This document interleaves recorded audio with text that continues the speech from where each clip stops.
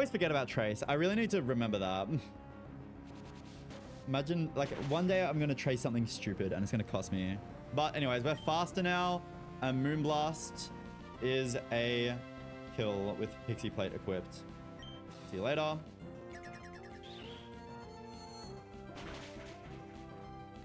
Now it just goes Dusclops, who always sees kill with Shadow Punch. I think we got it then.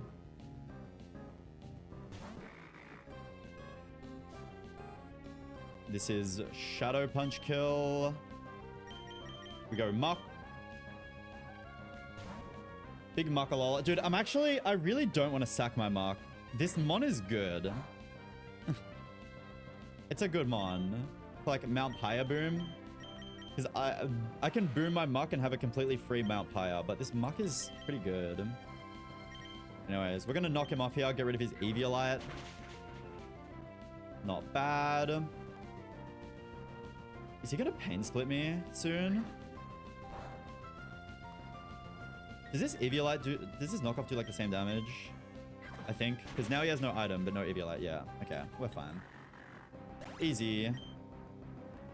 Another riskless fight. Fuck it, I'm going down here. Yeah, this is a fast way down. Yes, I brought a bird. Let's go. Alrighty.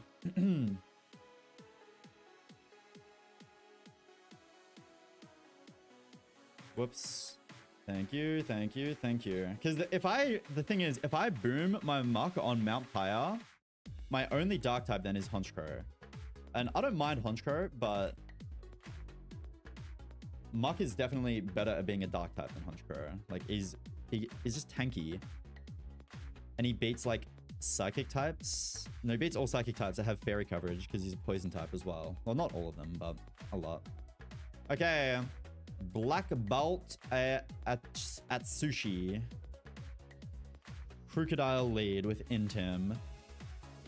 Okay. I'm guessing is Sneasler faster?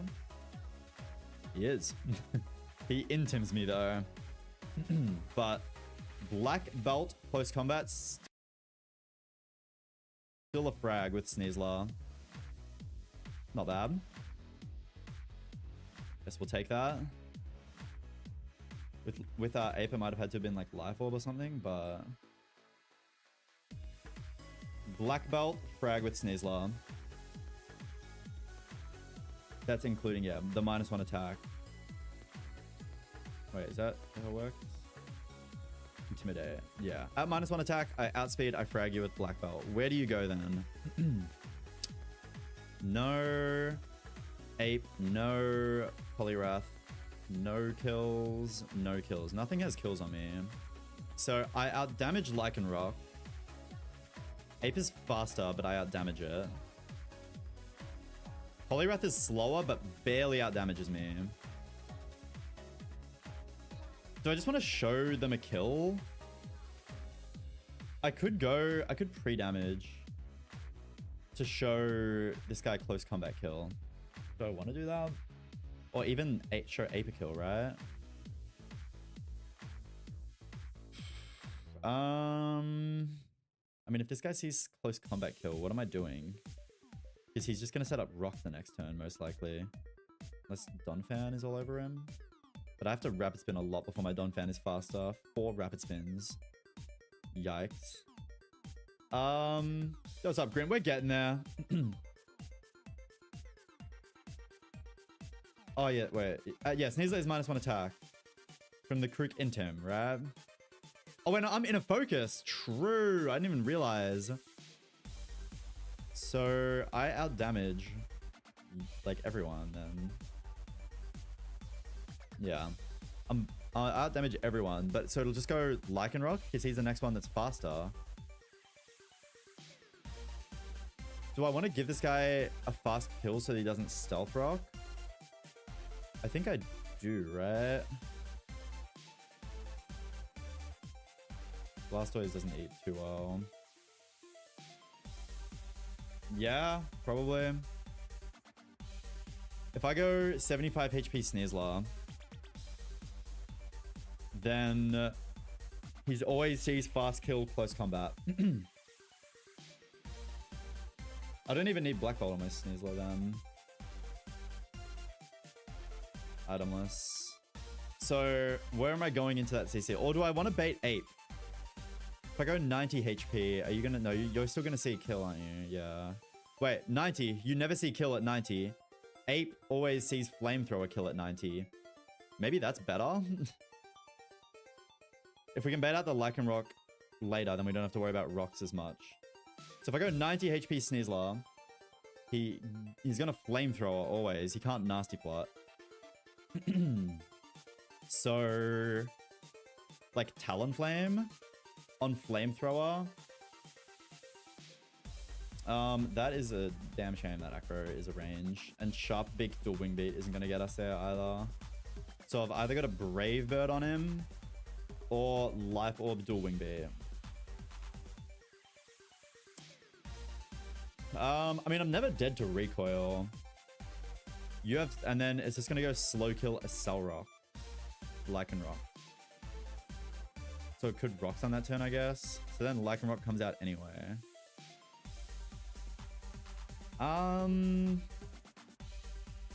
But it's guaranteed a Cellrock then. So yeah, I can just Brave Bird this with Talonflame. That's fine. It's always gonna be a Cellrock afterwards. Talonflame has just been killing every single Infernape this run, including the 2 Dittos so far. Because I've just given Talonflame... Oh, I've let the Ditto transform into my Ape both times and then just switched in Talonflame and killed it. So yeah, Lycanroc, they all have slow kill, but Lycanroc sees fast kill with a Cellrock, so he'll always go for that. So should I...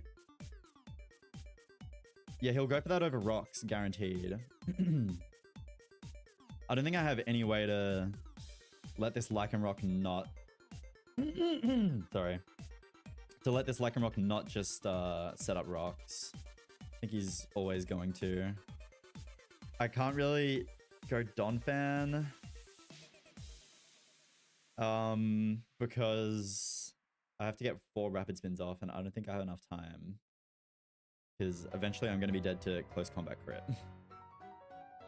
So we might have to play with rocks up for the last 2 guys. I think that's okay though.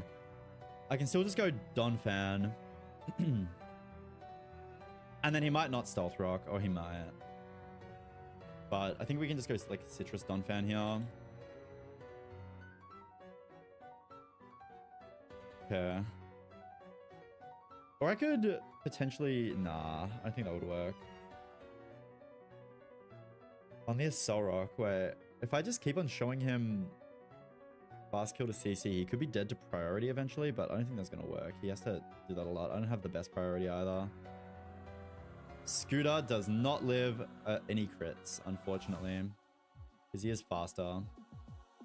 Actually, wait. Once I get rid of Rock Gem... Scooter lives in a Cellrock crit? I don't think that's worth doing, though. I think I just do the Donphan thing, and then I just keep in mind that rocks are up now. And Poliwrath. Ooh, wait. Double Team Hypnosis Poliwrath? That seems kind of demon.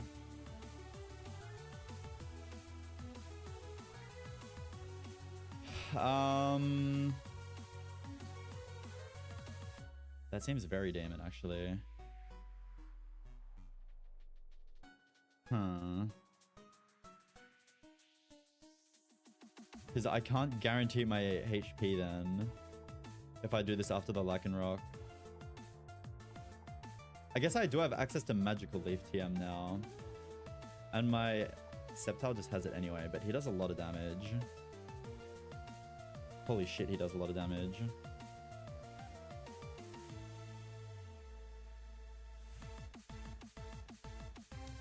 I guess what I can do... it's not that good still. Actually, this Poliwrath seems kind of demon. I should have checked. He has leftovers too. Salicary Ogre. Okay.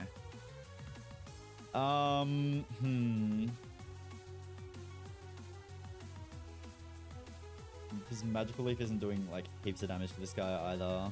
And he does a lot of damage to my guys. Yikes. Hang on. I gotta go to the toilet and then we'll figure this out. This Poliwrath looks kind of scary.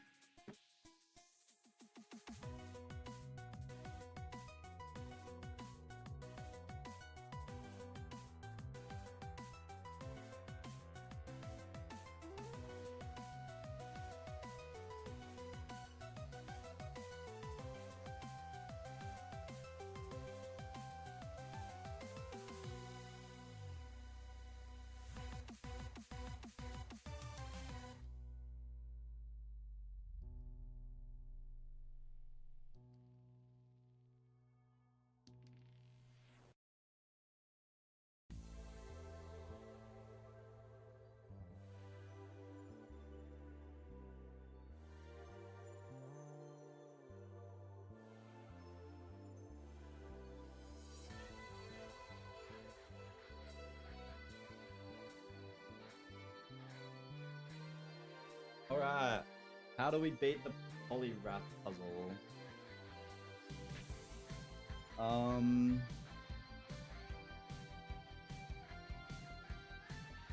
I doubt I can ever bait this out first, can I? Nah, there's no way. That the other two things won't see a kill. Classic. So... I can't guarantee that he's going to see a kill onto my Donphan because I'm going to be in close combat crit range then on Donphan, which is bad. I mean, we have guaranteed a Cell Rock. Maybe I can go somewhere else. That does so much damage. Gastrodon? That's not very good. Gastrodon recover seems okay, but I don't think that's gonna work. What about Dreadnought? No. Dreadnought baits CC. I don't think that's good though. Like, where can I go with CC? I don't think I can go anywhere.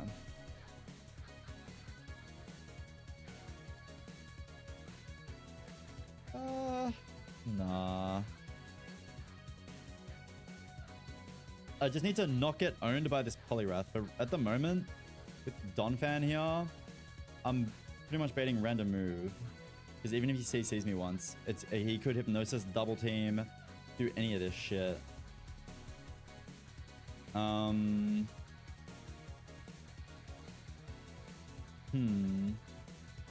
guess No Guard Pidgeot would pop off here or something. Mega Pidgeot. I guess I can Aerial Ace him too. But he does a lot of damage to all my Pokemon. He kind of hurts. A lot. Gara doesn't get Aerial Ace, right? That seems like it wouldn't. TM, HM. No Aerial Ace for you.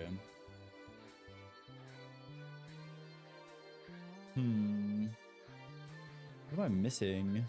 Noivern? Yo? Instead of Boom Burst? Boom Burst seems useless. I don't think there's any need for it. But you have like no attack, right?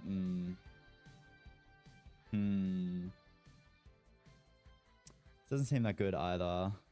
Because he has leftovers. Well, I guess I could use like 2 Mons for this. That seems fine because I probably... Can Ape just switch in on random move and kill this guy? Yeah. Ape can switch in on random move and kill the guy out the back. Classic Ape moment. You love to see it. So I can use 2 Mons to beat this Polyrath. So what I could do is go Aerial Ace Noivern. That's not the worst. Where? Whoops. I'd probably want to be Chesto in case of Hypnosis, right? But then I can probably get fucked if he hits 2 Hypnosises on me. Well, if he... I only have to... I can Air Slash if he didn't double team on the switch in. If he did double team on the switch in, then I have to... Then I get guaranteed 2 Aerial Aces off.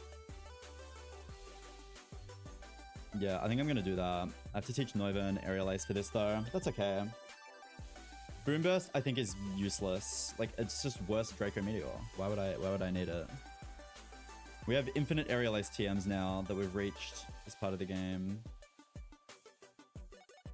Actually, how does Toxtricity Shockwave do against this? What would I get rid of though? Shockwave. Probably not Sludge Wave, but... I still take a lot of damage here. Oh, that's actually true. Wait, but I'm Infiltrator. If I'm Infiltrator, don't they just not sub as well? Okay. Yeah, we're fucking fine. Fuck Boom Burst. We're on the ball. We got this. Stefan, where's your run up to, by the way? Did you go much further than, like, Wind Straits? So I'm going to... Yeah, I need to remember. 90 HP Sneasler. I need to update this set for Noivern. Aerial Ace. Export, import. 90 Sneasler. Are you through Tate and Liza's gym, Beans? No way. So yeah, Chestoberry on you. Then I can go into Sceptile. So I guaranteed, I think this is kind of free. Is Noivern baiting CC as well?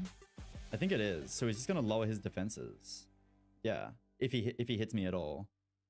Otherwise, he's like hypnosis me, and then I go into Sceptile. Oh, but I can't go Sceptile and CC. Do I have a pivot for that? Talon probably doesn't have much more HP left. Can't really just switch in Sceptile on that, can I? Aerial Ace for Lucha? No. Shockwave, anyone? Probably not. Today, P and M? Who is P and M? Oh, the fucking trainers in Winona Gym. I mean, not Winona Gym, TNL Gym. What's up, by the way, Bione? We are looking at, like, I have the freest Pyre ever. If I boom Muck Alola with a normal gem, turn 1, and Custap boom Gigalith, turn 2, and then I have Mega Blastoise for endgame, it's pretty much a guaranteed Pyre win. But I kind of don't want to boom my Muck. We're going to look at lines when we get up to Pyre, actually. I'm happy to boom Gigalith. And then I'm happy to sack, like, if I can get away with something else that's not Muck. Maybe I'll consider it, but we'll see. I also don't really want to wipe, so... Yeah, we'll see. Nothing worse than that, Grint. So bad. I had, like, my family had our entire luggage lost one time. So fucking annoying. But, like, my Noivern actually could switch in on Hypnosis as well, couldn't it?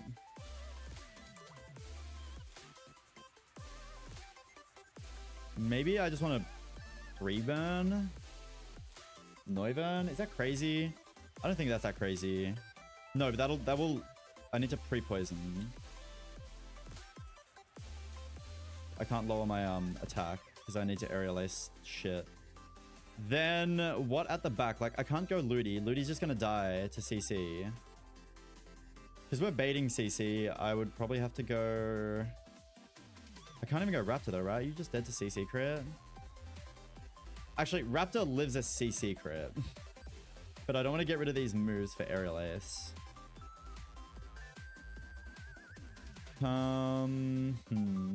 Yeah, fair. Muck is really good for my box. Without him, my only dark type is like Sucker Punch, Punch Crow, which isn't amazing. But I guess it's okay. I guess Shockwave Toxtricity. I'm just risking crit there, though. That seems really bad. No one else seems like they can Shockwave. Because the situation is I'm going into this Poliwrath on random move. He literally could do anything. He could double team, could close combat or liquidation, or I think CC is the only thing that's not possible. Could Hypnosis.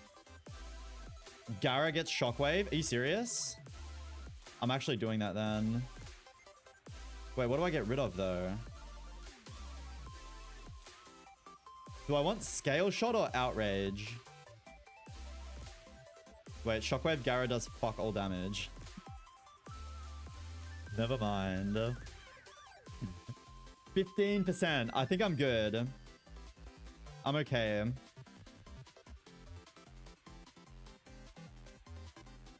Smart Strike's probably like really resisted. I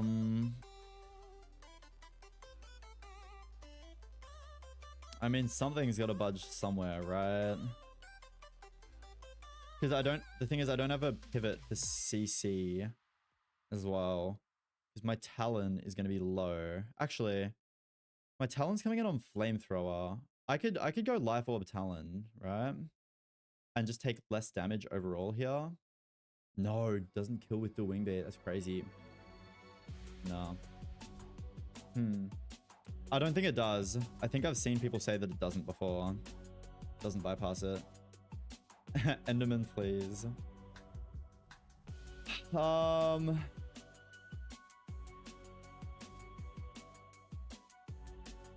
Does like Mega Blastoise get it? Damn, Mega Blastoise still takes a lot from CC from this guy. This guy's CC kind of hurts. What do I do?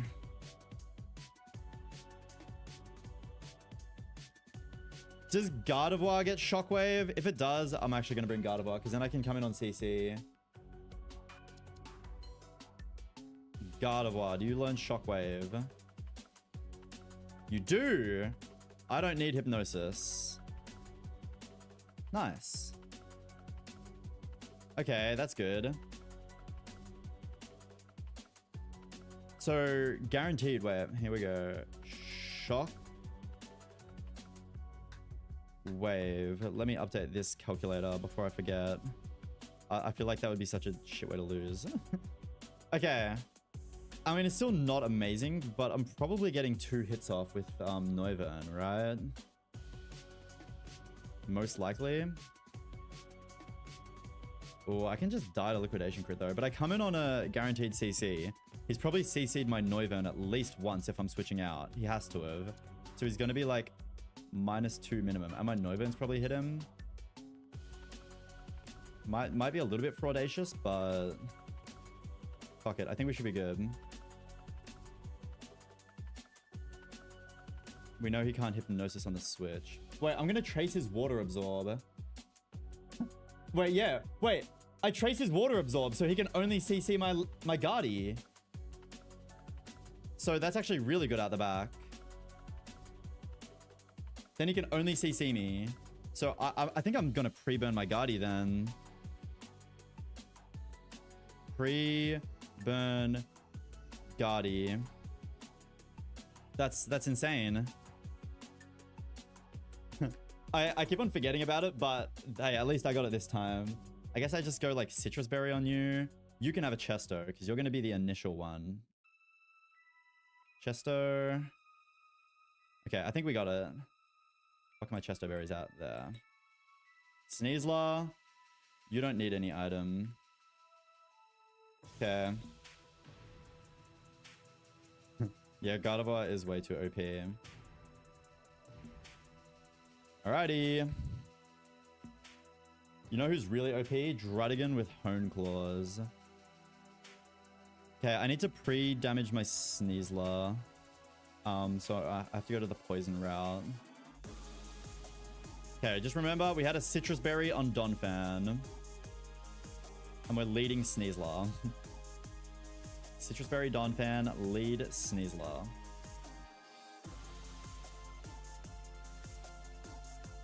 Is Donphan even faster than everything here? Surely. The Drake doubles goat. What do you do? Just pivot around, set up Hone Claws, and then sweep? Is that how it works? Why is he good for Drake doubles? Is Zoroark Hisui really that bad? Doesn't seem like that bad of a mon. I mean, maybe it's IV dependent. I think I heard someone say that it was shit. Oh, wow. This Murkrow actually outspeeds me. See, this is why I remember to take my items off. That's how I lost my fucking Wise Glasses.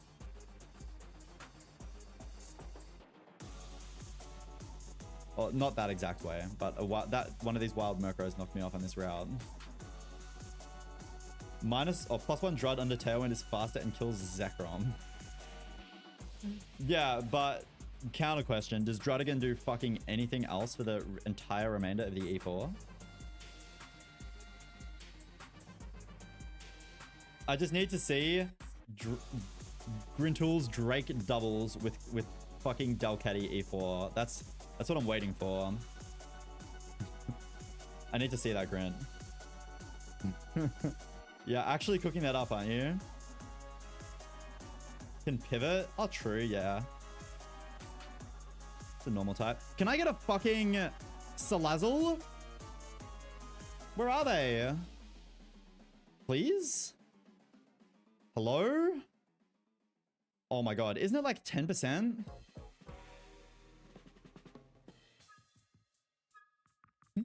Delcatty Elite 4. I mean, you get like the fake out utility. You get a lot of stuff, don't you? You get pivots on fucking Phoebe doubles on ghost type moves. You get follow me. You get helping hand, right? I think. Do you get follow me on Delcatty actually? I don't know if you do. What's up, little? How we doing? Fuck you. Toxicking the other guy. Oh my god. I can only do this like 2 more turns. Toxic. Thank you. Wait, 96 HP. Is that how much I needed to be at? No, 90.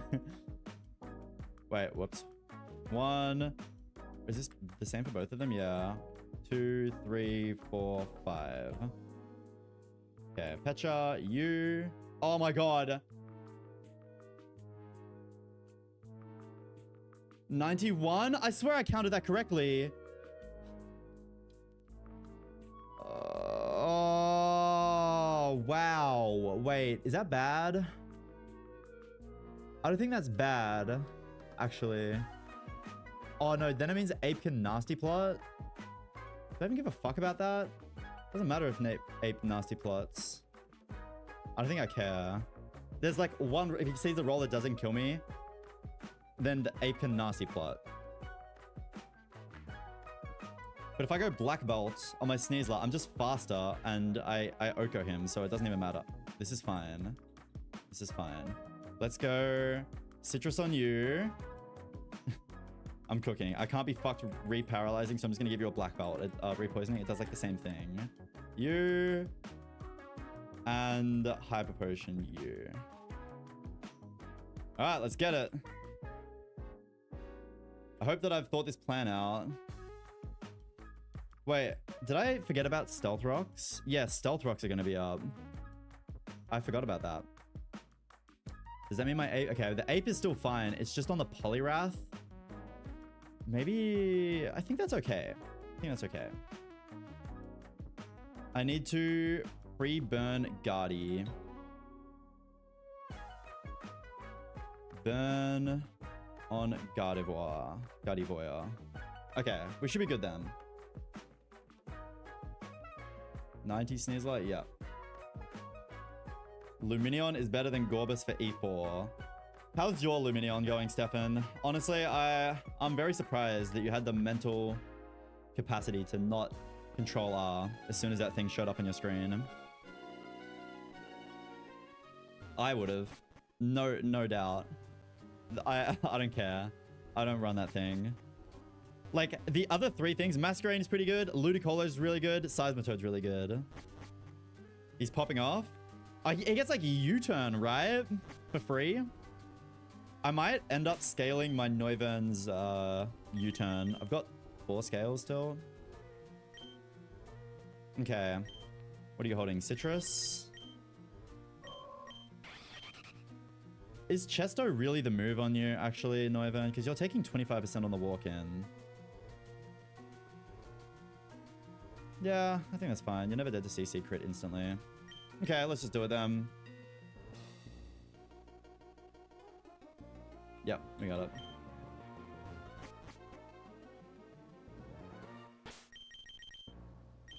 Yeah.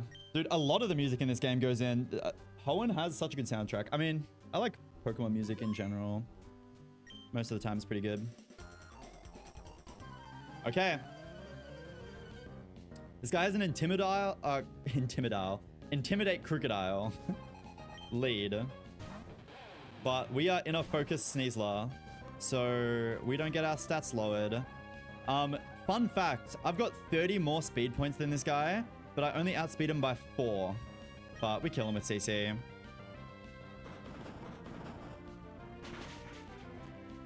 Ape should see fast kill flamethrower. So I fucked up my pre-damage. I could have gone 90 HP, which means that I would always be dead to flamethrower, but I accidentally healed myself 1 too early, and I couldn't be asked pre-poisoning this poison type. Wait, he goes Lycanroc? Oh, wait, no, I've got... Wait, why? Oh, CC defense drop. I'm so dumb. Well, I mean, I think this is still fine. Or is it fine? Now, oh, this might actually be bad. Because I need Talonflame to beat that Infernape, and I take 50% from Stealth Rocks.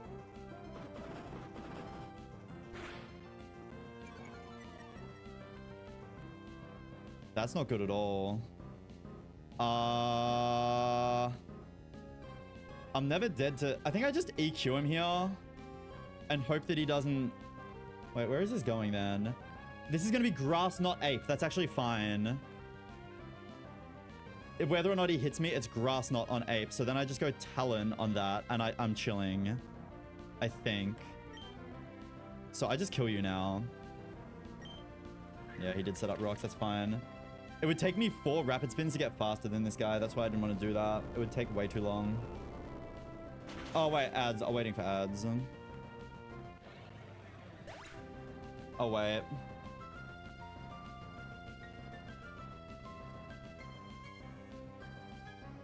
I think this is okay. Talonflame is going to take a lot of damage, but I think Talonflame should still be able to beat this. And then I don't think the rocks matters out the back. So, slight fuck up, but I think we're okay. I forgot about CC defense drop. I need to think about that if I'm pre-damaging. That's important. The easy thing to forget about. Okay. This should go Ape now. Yeah.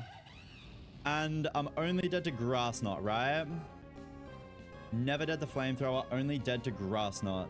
So yeah, our Talonflame is gonna take a lot of damage from these Stealth Rocks, but fuck it. Oh wait, no, not fuck it. Wait. No, hang on. No, I think I'm okay. He is just gonna Vacuum Wave me this turn. Acro's range. Okay, Vacuum Wave crit does 23% max, and then I take 34% recoil, which is 57 total. What am I at currently? I'm above that. So I'm chilling. Brave Bird. Oh, he didn't even... What? Oh shit, he's... I didn't see the focus sash. Oh my god. Oh my god, please don't kill my Talonflame right now. I think I might still live. Live it. Oh my god, I'm only dead to crit, I think. What? Oh, that's such a bad death. Why? I didn't see the fucking focus sash. Wait, no, I just forgot. Oh, and Blaze. Was I Life Orb? I actually just forgot. That's such a terrible death. No, I was itemless. I actually just forgot.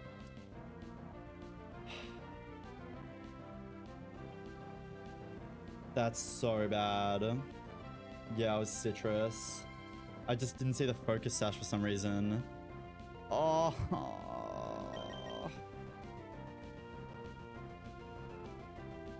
That's a terrible death. That Talonflame was really useful. Well, fuck it. We keep trucking on, I guess. Such a dumb death.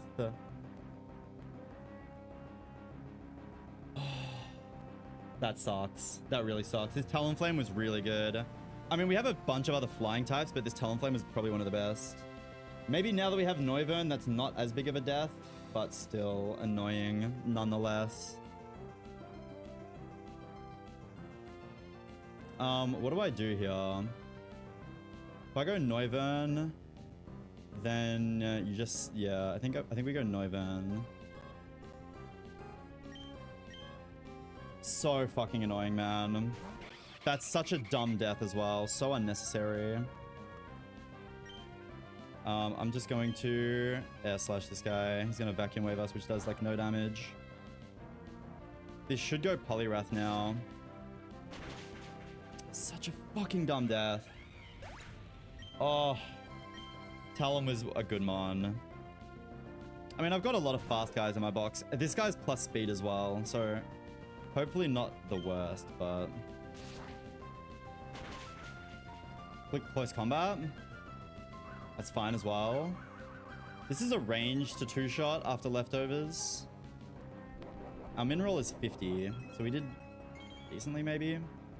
That's okay. I'm still hitting this guy. Okay. We hit it. I can't believe I just lost Talonflame like that.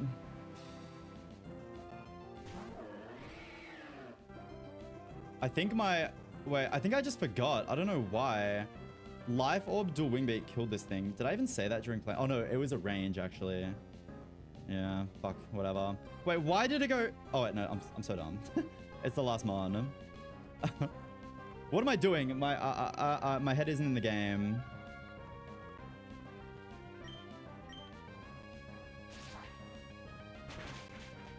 Yeah, whatever.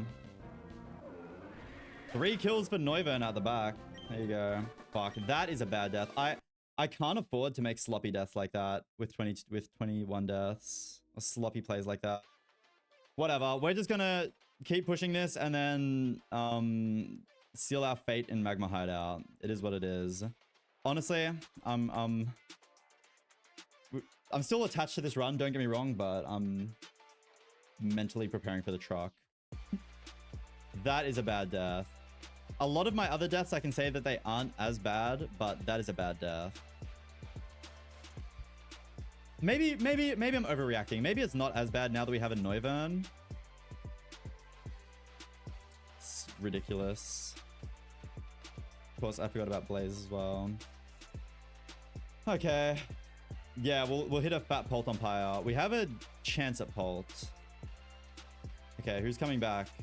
Buster, you're probably more useful than these guys, unironically.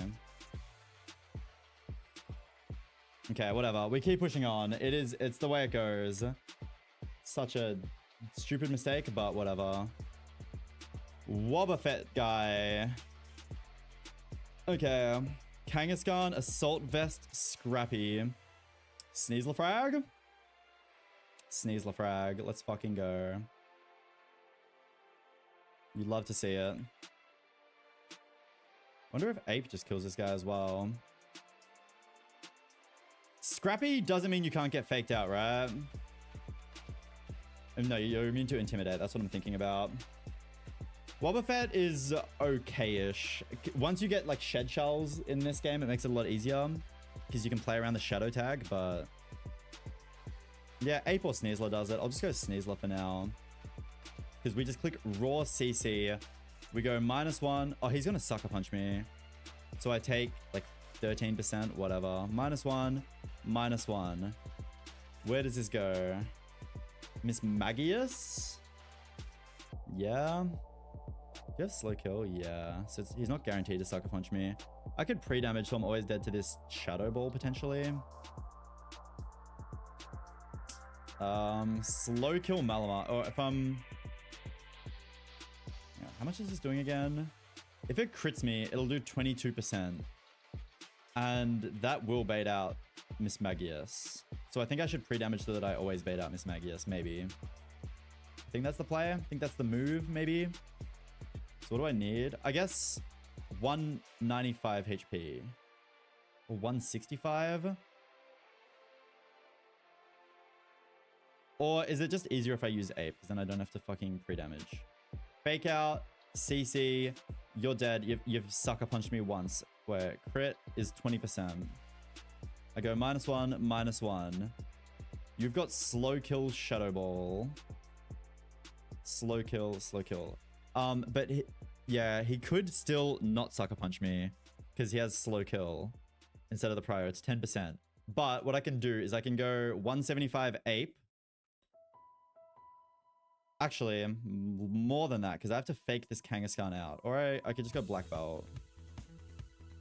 Maybe that's fine. Then I only take 1 turn of Poison Chip.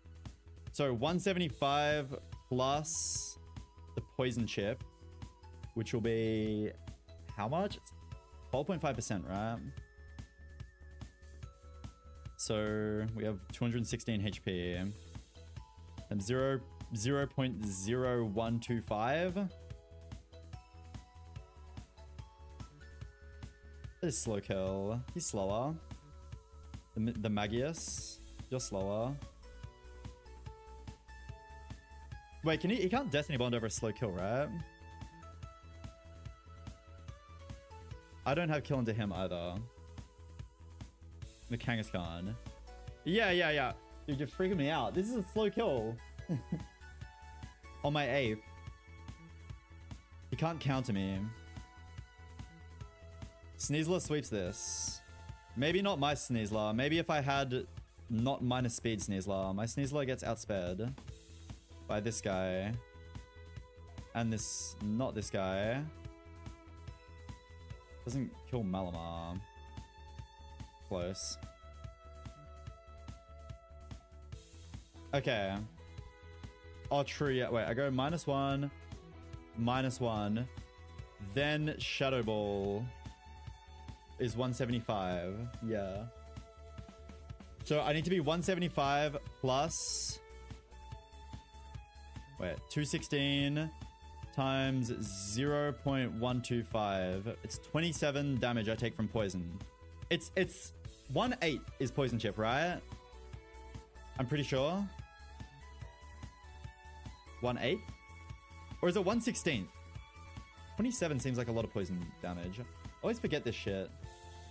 27, okay. So 175 plus 27. 202. Pre-poison ape? Wait, why am I pre-poisoning? Why? That makes no sense. I just go 175 ape, right? And then if he sucker punches me, it doesn't matter. He's still gonna see Shadow Ball kill always. So then he's always going to Shadow Ball. Do I have anything that's faster and kills this? I fucking doubt it a lot. Oh, Seppi's just slower, but doesn't do that much damage either. Sneasler is slower. He's just gonna Destiny Bond on me. This song is Rainbow Road from Mario Kart 64 by QUMU is his name. Kumu? Poison 1 and 8. Okay. Burn 1 and 16. Okay. But yeah, I don't even really need this. I don't know why I'm doing that. What's gonna beat this Miss Magius? Is Salazzle slower? Yes. Also doesn't do damage. Wait, does Ghost resist poison? Is that what someone said?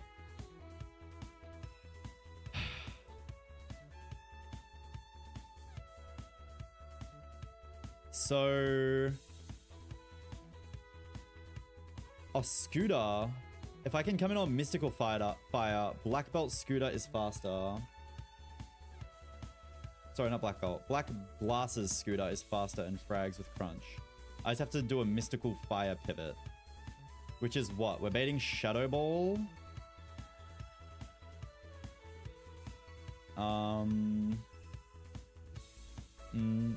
Seppi isn't the best pivot here. My box does have a hard time baiting fire type moves. I gotta remove Talon from my box. I can't believe Talon died like that. That was such a dumb death. What about Raptor? Yeah. Wait, but the problem with Raptor is I have slow kill, so he's probably just gonna Destiny Bond on the Switch, right? Isn't that how that works? What about Cast Form? No, it's gonna be baiting Energy Ball.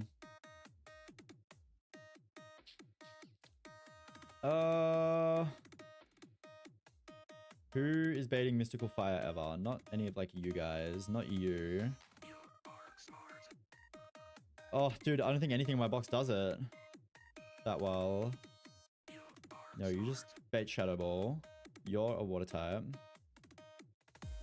Because how does Destiny Bond AI work? You can just click it. Wait, if he's faster and he dies to me, +7. So this Raptor pivot doesn't work because he is faster and dead to my Brave Bird. He's just gonna debond on the Switch or Mystical Fire. Is that the worst though? Because then I just go Scooter, but then I'm baiting Energy Ball or Shadow Ball, and Raptor can't do that pivot forever.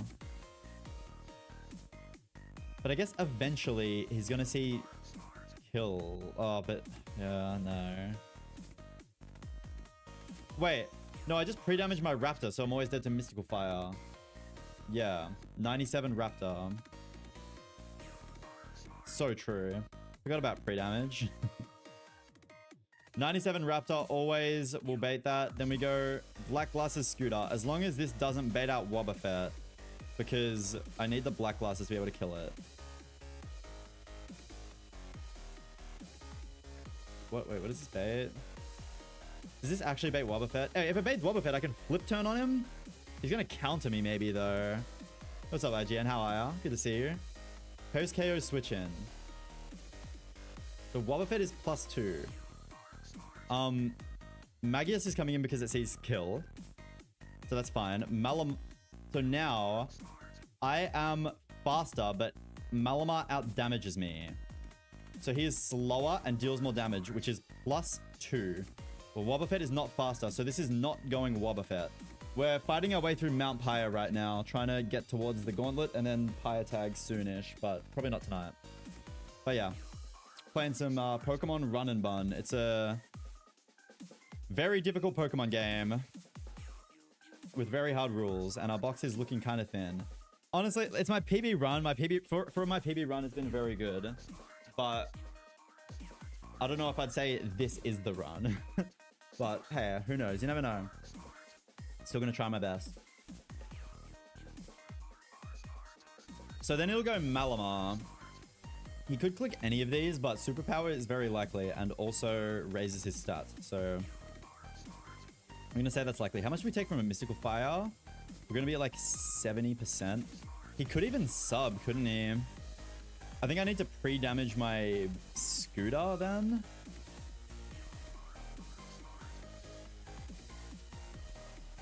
Yeah. Just so that I'll always be dead to... So like 98 plus 52. I don't think that fucks me at all. Because no matter what, he's gonna see it. So that's 150 Scooter. Because then the Malamar sees that... Well, first of all, I never died at Mystical Fire crit. Then I'm faster and I kill. And then I'll be at like 60-ish HP if that happens. And then it's just triple random move, which it pretty much is anyway. And then I'm just always dead to something at least. Even if he double min rolls me, I'm always dead to Superpower. So then, where do we go with this? Donphan? No. Gastrodon? No. Wait. How do I beat Malamar? Dark Psychic. I guess bug type moves are good, but I don't have any bug types. I lost my Senti Scorch, man. I don't have any bug types. I don't even have any bug type moves, do I?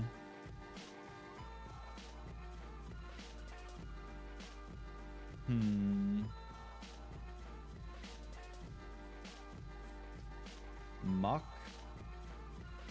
Not that good. Contrary Leftovers. Hold up.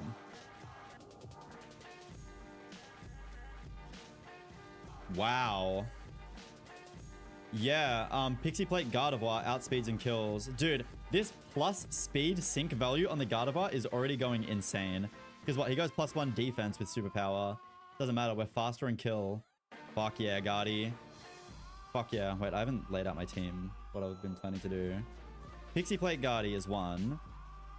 Miss Magius, I'm going... wait, we're betting Shadow Ball into Raptor. And then into Scooter.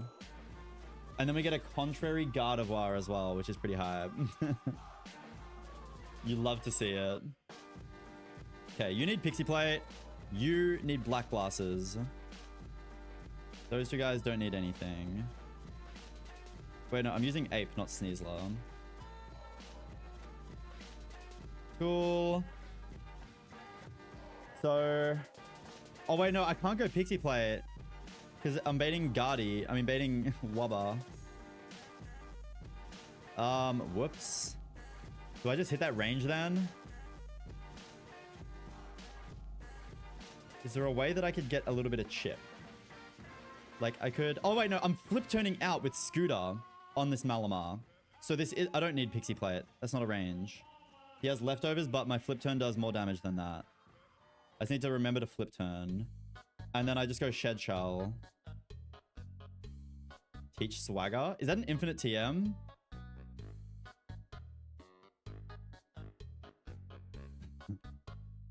Fuck that. Shed shell there on Guardy. Okay. So then we just go into Salazzle and spam Toxic. Pretty straightforward. I could even go into Gastrodon and spam Toxic. Because Gastrodon has Toxic. Should I give Gastrodon the Toxic frag? That's kind of funny. Fuck it. Why not? Oh, I guess he can encore me, but I can recover. But then he can encore me and I struggle. Ah, fuck it. I'm just going Salazzle. Okay, let me just quadruple check that what I'm thinking here works. So Ape, we're faster. He could Sucker Punch us. We don't really care if that happens. We just Black Belt. No, I can just fake out CC you. Yeah. I fake out CC with no item. He's gonna Sucker Punch. Encore doesn't make you struggle? Really? It just ends. Okay. Fuck it. Whatever. -1. -1. So we've eaten one Sucker Punch maybe. Miss Magius will see the slow kill with Shadow Ball always. Can't be any of the other things down here. So then we go into Staraptor. Pre-damaged. So even though we have a slow kill on him, he'll see Mystical Fire or is always killing. We go Scooter. Black Glasses Crunch kill. We bait Malamar then. And I just need to make sure that we do actually bait Malamar. But my Scooter's taken a little bit of damage.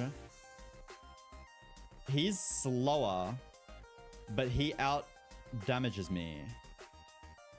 So it always goes Malamar, because that's +2. Slower and deals more damage than it takes, which is the same as Wobbuffet, because Wobbuffet is +2. And it goes in team order then. So it'll go Malamar. So then I flip turn out into whatever move, it doesn't really matter. And then I go Guardy. Even if it's like Night/Max Roll Crit, we live it. Superpower, and he ups his stuff, whatever. With the flip turn chip, we faster, and Moonblast kills. We have Shed Shell on, and then we just win. We got it.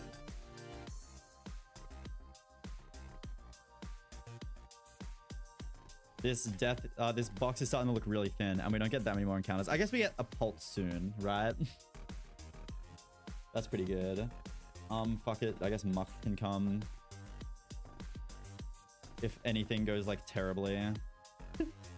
Somehow. Okay. Oh, and I need to pre-damage my guys. What am I doing? So it's one... I always forget. 175 Ape, 79 Raptor, 150 Scooter. And so it's Ape. Play status to Raptor. How you doing, Omar? Good to see you. Poison to Scooter. Okay, so it's 175, 79, 150. Sorry, 175, 97, 150. The 150 will be first. 1, 2, 3, 4, 5. Petra, and then it's 175 Ape and 1... Wait. Yeah, sorry. 175 Ape, 97 Raptor.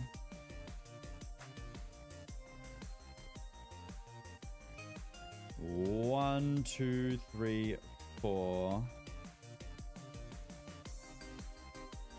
And then 97 HP Staraptor. Gotta run a little bit. This guy's actually got some HP on him.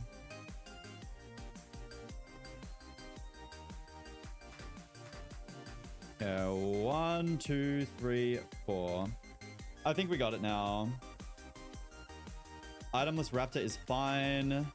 Itemless Ape is fine. Itemless Salazzle is fine, but I might just go like Citrus or something. Doesn't really matter. Yeah, I think this is chill.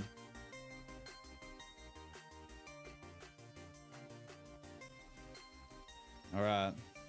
Chicken share box, 6 selects and 15 nuggets of McDonald's. Oh my god, what am I doing? I don't rate Macca's that highly. I feel like the other fast food options are just better. Maybe it's different in different countries, but like if you want chips, you've got like Red Rooster or like Nando's or KFC or something. You got chicken, you got KFC or Nando's. I don't know. I'm not the biggest Macca's fan. Damn, we're actually making our way up here.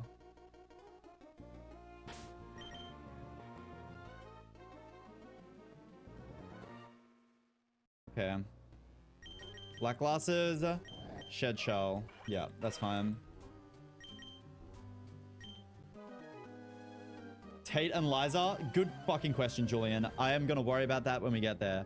I think, like, somehow we could maybe do a heist because we have Trace Gardevoir, but, like, I doubt it. Okay, pre-damaged Infernape. We're gonna click Fake Out here. And now CC always kills. He's probably gonna Sucker Punch us. 9 out of 10 too. Yep, that's fine. CC. So we have a little bit of pre-damage. So that means Magius always sees Shadow Ball slow kill. Should come in. Yeah, so for New Game Plus, I think we're gonna run up Turtle maybe. Yep. Should always Shadow Ball us here because it always sees the kill. So we go into pre-damaged Raptor on a pivot.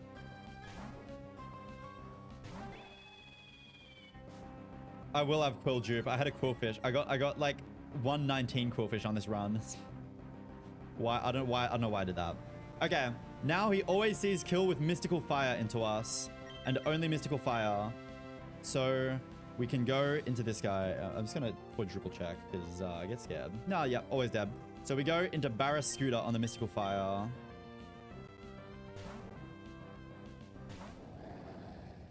For a second, I thought Mystical Fire could burn you, but I just double checked. I can't. It's a Protect drop, always. I knew that, but 118?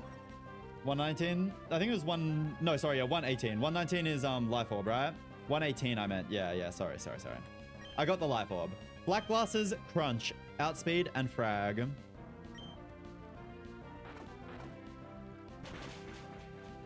See you later. The Shubaden Malamar. Because Malamar outdamages me and is slower. Yep.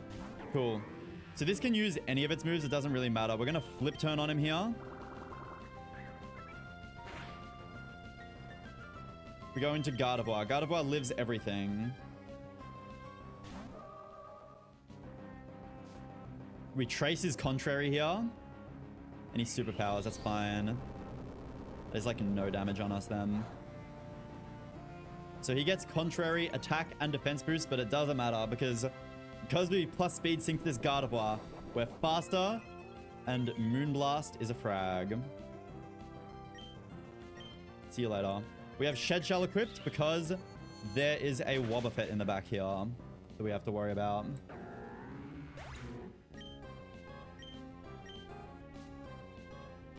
Right? Yep. So Shadow Tag, Wobbuffet, the usual business. We're going to switch out into our Salazzle and Toxic this guy down.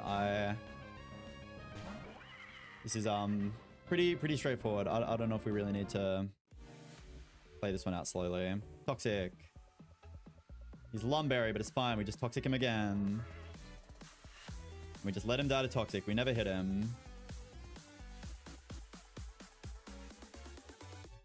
Destiny Bond doesn't work like that. Sweet. We got it. Absolutely, Stefan. Is that one fight until the gauntlet then? We're tearing through Pyre. Pretty straightforward fight, that one, once I figured it out. How to not get Wobbuffetted. Okay. Thank you, and thank you. Let's go. Cast Form, get back in the party. Who's gonna be my party warmer once Cast Form gets sacked on Maxi if we make it there? Gorgeist. Please spare me from the fucking Gorgeist, man. Spare me from it. Okay. Psychic Cedric is up next. He has a Life Orb Electivire. And he also has a Shadow Tag Gothitelle in the back we need to worry about. Probably. It's okay. We're going to do the Repel Manipulation. That's what we're going to do. Okay. So Electivire lead. Wild Charge, Psychic, Life Orb. There's HP Grass. Okay. Like, do I just pre-damage Sceptile and just nuke this guy? Is that the way forward? Or I could just use Donphan like a normal person. That also works. So if he HP grasses me, where does that put me? It's guaranteed to. So I take minimum 50%. So Poltergeist is going to see fast kill unless I get crit. I kind of need a consistent line in this fight though. Well, it's guaranteed to activate my Citrus no matter what, right? But it doesn't matter. Because if he max rolls me, Citrus only brings me up to like 30-ish%, and then Guna still sees kill. I kind of want a consistent line, and Sceptile, Overgrowth Sceptile probably gives me that, right? 33%, Miracle Seed, the usual. We just faster and we kill this guy with Leaf Storm. Guessing this isn't a fake out overheat victim unless I'm Life Orb, right? Not even. Just. Okay, whatever. Let's just look at Sceptile. What do you bait then, Seppi? God, I love Sceptile. How good is Swampert?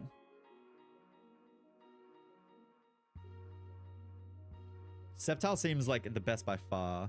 Okay. Slow kill Obstagoon. I'm faster than everything. So he can't bulk up. So I'm going to be 33%. So 70 Sceptile. I guess he could random move though. Is that fine? But how does Sork do here? No, it doesn't like eating double edges. It is random move. That seems a little bit sus. Actually, maybe I don't want that. Sneasler does not eat a double edge crit, unfortunately. You hate to see it. Guna. Can Muck get Brick Break instead of Poison Jab? If I get double edge though, it's still bad. That does a lot of damage. Dreadnought?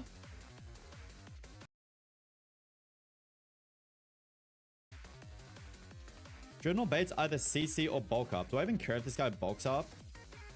If I go ape on CC bulk up, I'm just faster and I frag him the next turn. Maybe that's my play. So I can pivot Dreadnought on. And then, or I could even go Sneasler. But Sneasler's probably... Wait. If I go Sneasler, Life Orb on this guy, so he bulks up, let's say, or he CCs on the switch. Either one, doesn't matter. Then I CC you. I have fast kill on you. I have fast kill on Gothitelle, but no, this doesn't work then.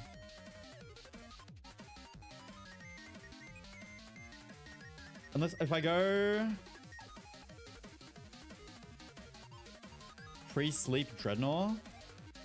Is that how it works? If I get close combated, he's gonna see close combat kill though. Either way, it's like fine.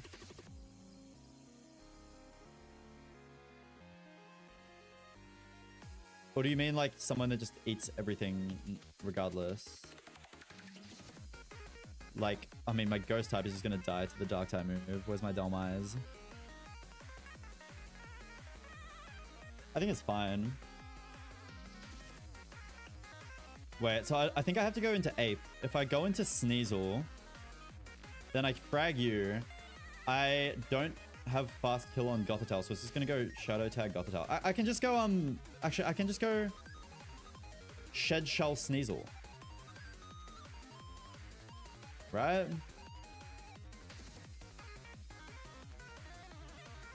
I think. He CCs me. I CC him. I go -1, -1. Actually, I wonder how Scooter does here. If I come in on CC, I'm never dead to crit. I still kill him through +1 only if I'm black belt though. So no, that's not good. Because then, yeah. Guess that isn't the worst, but like, it's fine, it's fine. I think, wait, what is 8th bait then? I come in on CC or whatever, frag you, then it goes slow kill, poltergeist. But not always slow kill. I think the Sneasel line is actually better. Because so I come in on CC, whatever happens, I have shed shot. Oh, my Sneasel is slower by 1 speed point. You're fucking kidding me. What a joke. No way.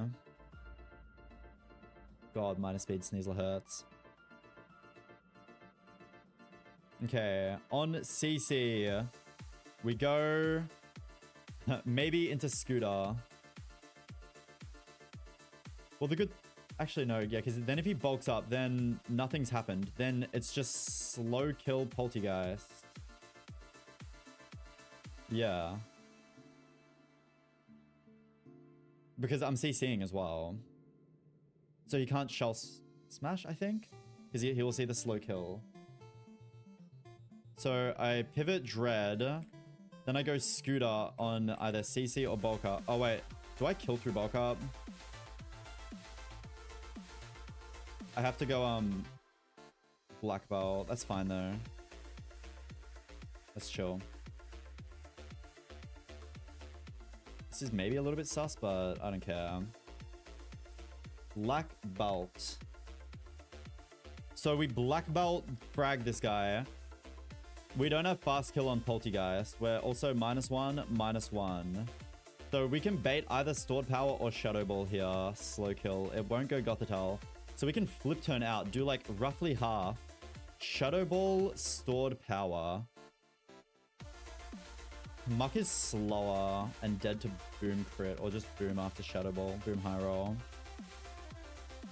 Shadow ball, stored power. Yeah. I don't think he should shell smash. Right? Starts at +6. Incapacitated, no. Player cannot KO. I can with my Scooter. Well, he has slow kill, so it's never getting up there on that turn. On the turn that I'm switching in Arcanine Hisui.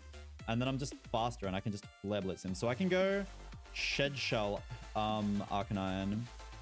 What is Arcanine baiting from this Gothitelle though? Pretty much guaranteed Psychic? That's so good. Unless I get like really high rolled crit. Shed Shell on you. Then Gothitelle will come out. If I get like max roll, Shadow Ball, crit, and Spit F drop, then I'm going to be at like 30-ish% and -1. Then I could be baiting other things as well. That seems bad. I can do a Shed Shell only pivot though if I want to. Like I can just give something else Shed Shell and just pivot it in. Or I could just send in Muck because he kind of just wins. I think I'm going to go Shed Shell Muck, and then if Muck doesn't win, I'm never baiting Psychic. Then I can just send in, I don't know, something else. And hopefully win. Muck should win this though. It's just like double knockoff. I guess Cherry Berry is like the only really scary thing, isn't it? Para, but like I don't care. I'm just gonna go Shed Shell because it just makes it like I have 2 Shed Shells. It's slightly more safe to have double Shed Shell. I believe. I'd have to get full parrot a fuck ton to lose that anyway. But then if I'm still baiting T-Bolt, that's not too good. I guess Noivern isn't too bad, but not amazing. But oh, I don't want to go Honchkrow on a T-Bolt, obviously. That doesn't seem too good.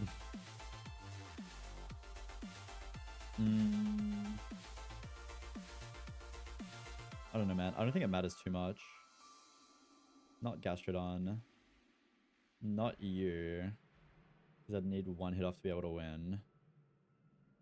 Like, if I get Omega frauded, who's gonna save me?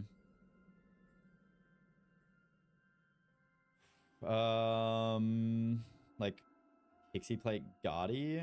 Nah. I mean, this is so fiction anyway, isn't it?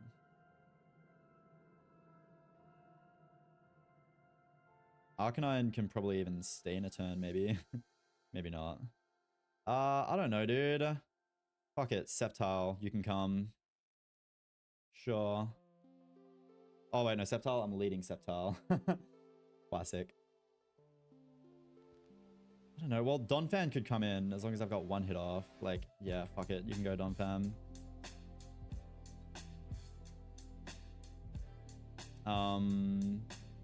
Black Glasses, I guess, is good. Okay.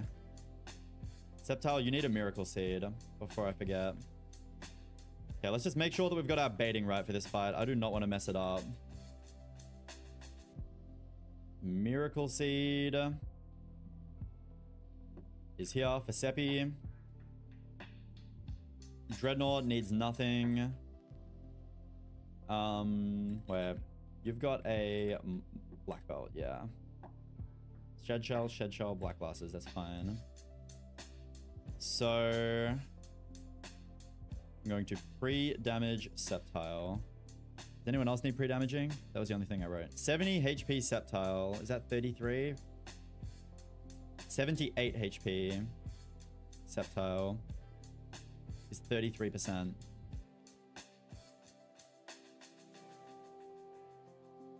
We gotta do a lot. It's my bike. Yeah. How quick was that? Pretty quick. 78. Oh, close. There we go. Alright, 78 HP Sceptile is... Oh, wait, no, I'm looking at the wrong fucking mon. Oh my god. Imagine, no, it's 70%. I was looking at Donphan. It is 70%. How am I... I'm throwing. At least I caught that. Oh my god, imagine if I didn't.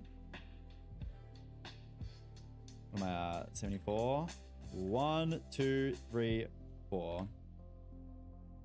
70% HP, Miracle Seed. Okay, let me just double check my baits. Because there's a Shadow Tag mon and I don't want to fuck it up. You, nothing sees fast kill. Guna sees, is the first thing to see slow kill. So it goes Guna, random move into Dread. Then he could CC or bulk up on our switch into Scooter. Scooter lives max roll CC crit. We CC him. If he bulks up, we kill through. The Scooter baits.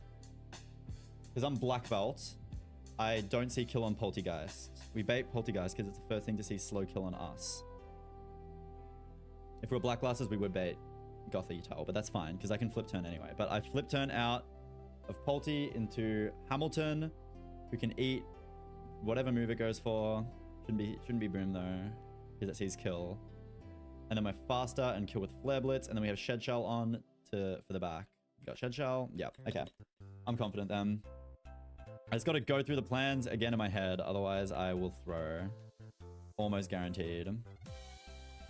This is the last fight before the gauntlet though.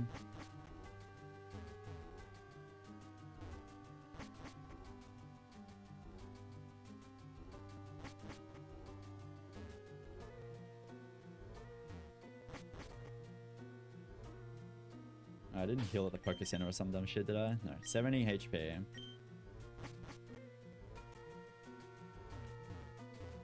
Alright, let's run it. Okay, last fight before the gauntlet, and then after the gauntlet we can get an encounter, but... Gotta go through this fight, this guy first. We're pre-damaged into Overgrow, Miracle Seed, Leaf Storm. You've seen this before probably, but... Whack. See you later. So this baits in random move Obstagoon. Which is fine. He can't bulk up because he sees kill. So we go into Dreadnought.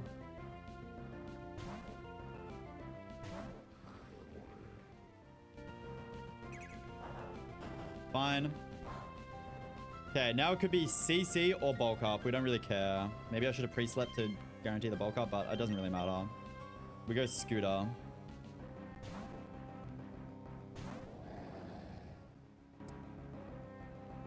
CC, that's good. We live every crit, including that one. Okay. We are now faster and kill him with CC. Scary. I always expect this guy to have sucker punch or something. But good job, Scooter. This should bait in Poltergeist. Yeah, this could Shadow Ball. Am I even dead to Stored Power right now? I am. I'm Shadow Ball or Stored Power. Does not matter. We go Hamilton. Oh, wait. I meant to flip turn. Oh, that's annoying. Maybe. Okay, he Stored Power. That's good. I mean, we're pretty unlikely to get punished for it anyway. This Flare Blitz is a range. Fucking classic, though. Just kill him.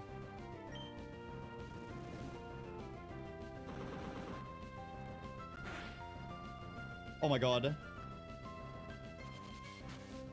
I think we're fine. Spadef drop, okay. We just kill.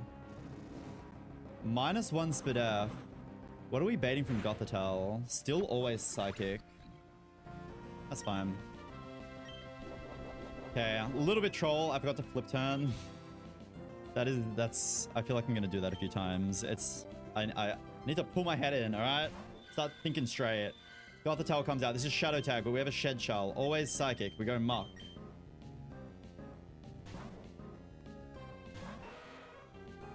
Muck also has a Shed Shell in the extremely unlikely event that we just get paralyzed a billion times and full powered by this T-Bolt. I probably should have pre-poisoned, but... Oh, okay. He actually got the para.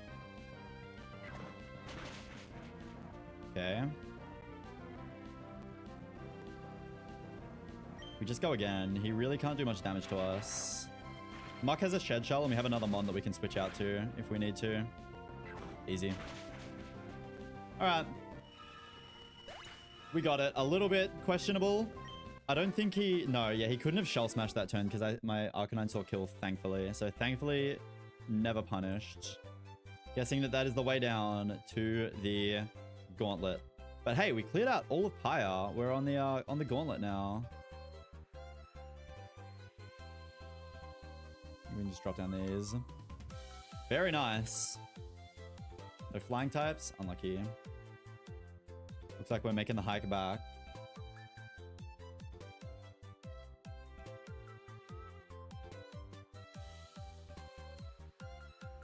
Okay. This Gauntlet looks kind of hard. Not going to lie to you. I've seen people do it like a little bit. Looks kind of demon. We'll have a quick suss of what's going on here. But hey, we're actually tearing through Mount Pyre. Not bad. Okay, next trainer. So there's 4 in a row. 1, 2, and then back-to-back grunts. I think we need to look at these back-to-back grunts first. They are probably our biggest issue here. And if we can figure out how to beat them, then we can probably figure out how to beat the other trainers using those mons, would be my guess. So, good news. Sneasler fake out into CC frags this guy. He's going to Aqua Jet us, but I don't think we really care about that. If it was Ape, we would care, but good thing we have Poison type Ape as well, I guess. Would Ludi do this as well? Yeah, but he's slower. Okay. So I guess Sneasler can do that. The first 2 trainers are kind of whatever. Okay. Is the back-to-back just the hardest part by far then? Then what does it go? I'm gonna be at like 60% and -1, -1, 60-ish%. So Kingdra always sees slow kill Draco Meteor. Yeah. Or Liquidation, or potentially Octazooka. And it is Sniper, and it is also Focus Energy. Okay, that's kind of spooky. How does Guardy do into this? Oh, I'm just slower. That's not too good. Fucking sniper Kingdra. If I can get in on guaranteed Draco though, but I can't. Because if I do that Sneasler lead, we're not guaranteeing shit. What if I Electrode Hisui? Probably not as useful of a mon, but like, does it do anything against any of these guys? It also one-shots... Oh, no, I have to have Shockwave for that. Wow, that Shockwave does not do much damage to that Gyarados. Yeah, that's not good. He is Bright Powder Gara, so that's kind of fucking scary, actually.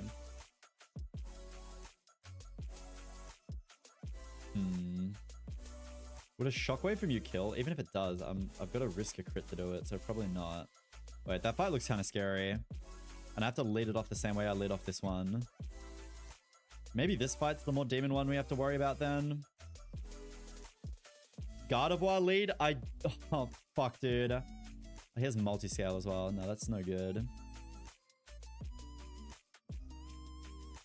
Draco Meteor? No. Scooter. Does Scooter bait it?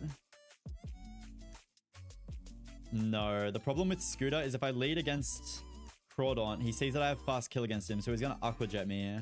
And then if I lead it into this fight, then he could do something else other than Draco. I'd probably want to lead something that baits Draco, right?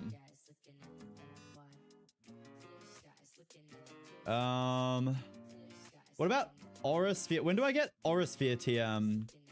Do I have to scale it if I want it for now or mount Pyre Tag on Blastoise? Because then when I Mega up and get Mega Launcher... Actually, this is not bad. Did I miss it? Oh no, it's there. I think that's worth giving to Blastoise then, right? I'm probably going to use that on Pyre Tag for the end game. And if I lead Blastoise with Aura Sphere here... He doesn't see that I have fast kill into him, so he's probably going to try and knock me off. But then, or CC. But then when I Mega up and get Mega Launcher as well as my ability, then I'm faster and I kill him. And if I lead Blastoise, I also bait a Draco Meteor. But do I want to bait Draco? If I'm baiting Draco, I have to go Guardy, and then I have to risk losing the speed tie and getting crit. I guess... Citrus Guardy. Hang on, let's just say it was Pound. Is that 40 base power? But it's a flying type move, so we get Stab. Two of those, wait, 1 + 1 crit never kills me and always activates my Citrus Berry. If he crits the first one, oh, it's only if he crits the first one, gets one of these 2 lowest rolls, and then also crits the second one. We're on the gauntlet. Oh, sorry, was on the wrong thing. I'm looking at leading Mega Blastoise maybe, because Mega Blastoise baits Draco into Guardy. Oh, the problem is Guardy fucking doesn't win through multi-scale, of course. How does Mega Blastoise do into this guy just straight up though? So he's gonna drop a Draco. I go Mega. I get Mega Launcher. Wait, what I could actually do... Wait, where is it? No, that's an item. Whoops. Mega Launcher. So, when I Mega up, I can teach Rapid Spin via Heart Scale to break his multi-scale. I go +1 speed. Rapid Spin would break his multi-scale, and then Ice Beam would kill. And I always live Draco crit. That seems like a good lead for both of these fights then, no? I can just kill both of them with Mega Blastoise. And Mega Blastoise takes 0 damage on the Crawdaunt. And I probably want Rapid Spin on the Blastoise anyway, right? Baron said it's very good. So the tech here is he doesn't see that I have fast kill because he doesn't know I'm going to Mega. So he would just try to knock me off. And then I Mega up and Aura Sphere will kill. So that's why I take no damage on Crawdaunt, because I'm faster. I Mega... I don't see kill with Aura Sphere in base form. 79%. He doesn't know that I'm going to Mega, right? I haven't used Mega that many times. But then that plus Mega Launcher as an ability. Oh, it is Sash. You're right. Never mind. I didn't even fucking realize. I could like electrode Volt Switch on him then. He's gonna jet my electrode. No. He won't jet my electrode, will he? Because he sees that I don't kill him? Right? Electrode's a good lead.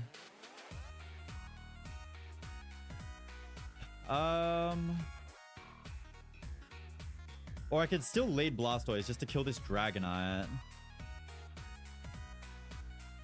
We'll see. I'm gonna move the guys that I think are gonna be more useful, like down towards the bottom.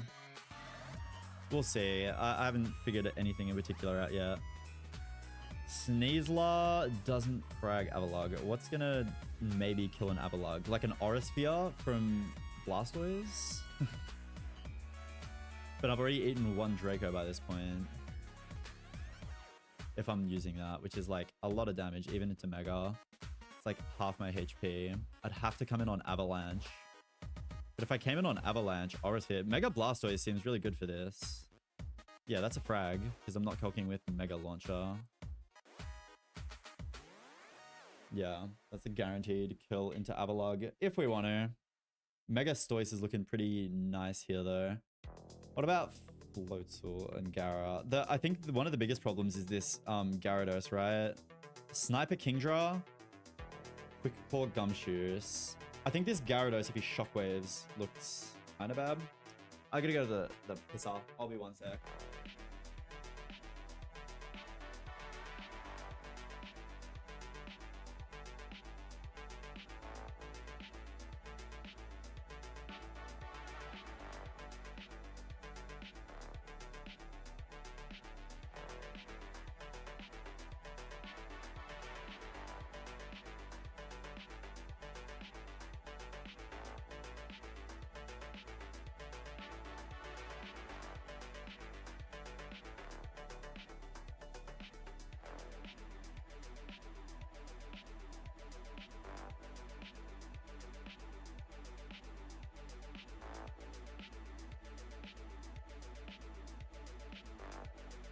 Okay. Dude, I'm still so sad that we lost Talonflame like that. Shockwave Electrode. Let's see how much that does. To this Gyarados. 71%. I mean, if I can come in on guaranteed Aqua Tail or Crunch, which is probably going to be hardish, but... No, Life Orb doesn't even get us there, does it? No. Who else? I mean, it's probably going to be someone with Shockwave, right? But all my guys, like, you're just can't be Toxtricity. You literally can't. And then my only... Are those my only electric types? Yeah. That's it. Shockwave Gardevoir. I am faster. Shockwave just does no damage though. Wait, but I trace his Intim. But that's still not safe.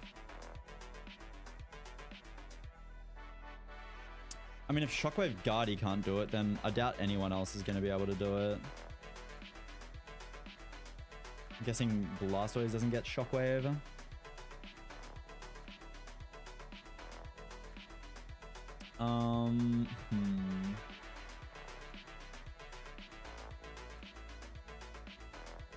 Yeah, what the fuck is going to beat this Gyarados? Is the tech just to Shockwave him? Or just go like Zoom Lens Dreadnought? He could D-Dance on me. That is an issue. But I can Rock Tomb him. Is Zoom Lens into Bright Powder 100% accurate or not? I actually don't know how much more Bright Powder, or how much more likely you are to miss into a Bright Powder. Like, I don't know the actual numbers, you know? Haven't crunched him.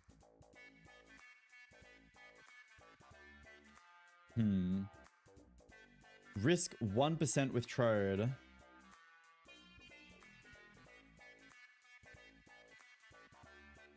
Wait, but my electrode shockwave doesn't even kill. Oh, do you mean like wide lens? Zoom lens always hits bright powder. Oh. Okay, I didn't know that wide lens into bright powder is 99% accurate. So we just ball hard then, I guess. That seems okay. Yeah, I think Electro Lead looks really good because then we can break Dragonite's multi-scale as well. Actually, you could do literally any of your 3 moves, Dragonite, though. That's probably an issue. Probably not for the lead. Wait, let's look at Dreadnought. If the problem is, obviously, if I... Nah, I don't think Dreadnought is that good. What can Electrode even switch in on, though? Crunch or Aqua Tail. Then you just go for those. Honestly, I'm probably just gonna do that. The Dreadnought thing is kind of bad. Like, what if I come in on Crunch, I can still get defense dropped, and then he can just D-dance as well. 65. I still don't... Yeah, it's like only if I get defense dropped, and then he D-dances, then we just lose. With Zoom Lens. Yeah, Electrode does seem good. Is random moving this out of this Dragonite really the move though? So it's probably like something like you or like you. Man, I'm gonna get up a notepad. Gauntlet. Here we go. So, the fuck? Gauntlet. Wise well, no, wide lens, electrode, wide glasses, nice. And we just missed we just hit those. Seems like a plan. We would never ever miss that and lose our electrode because of it. So I don't think is leading electrode good? I mean, I break this Dragonite's multi-scale at the cost of random move. I think that's good still. I just Volt Switch out on him, break his multi-scale. He's clicking a random ass move into me though. So how do I beat Dragonite? Dude. If only Guardy wasn't slower. How does Donphan Ice Shard do? Wait, assuming he doesn't have multi-scale because it's broken. Not that much.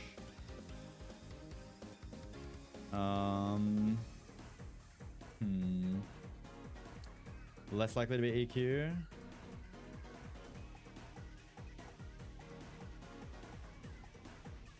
Yeah. If I like candied my guard, I'd outspeed, but I don't think that's worth, is it? I don't think so.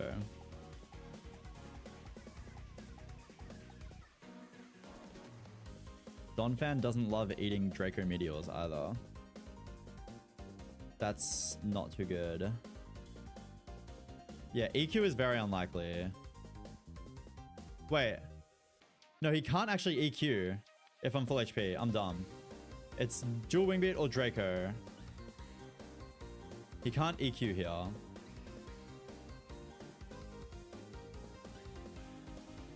So what's my condition for killing this guy then?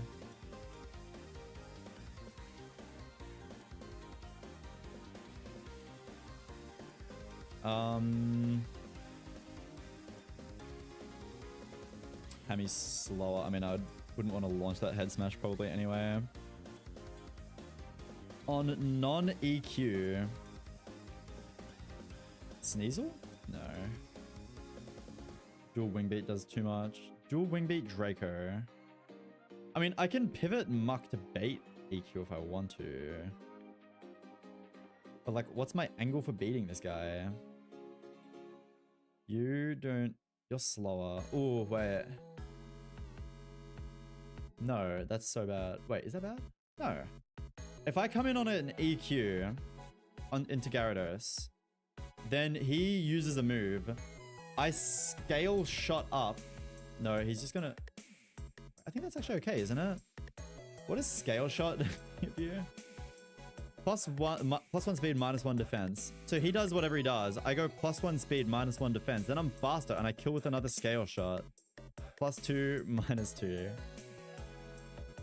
Then it has to go Avalog. That's not that good. I need 3 slots for that.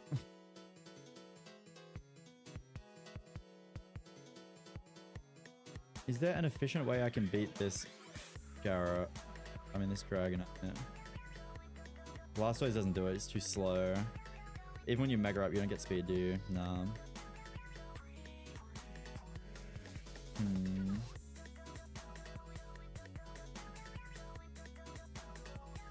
Yeah, no.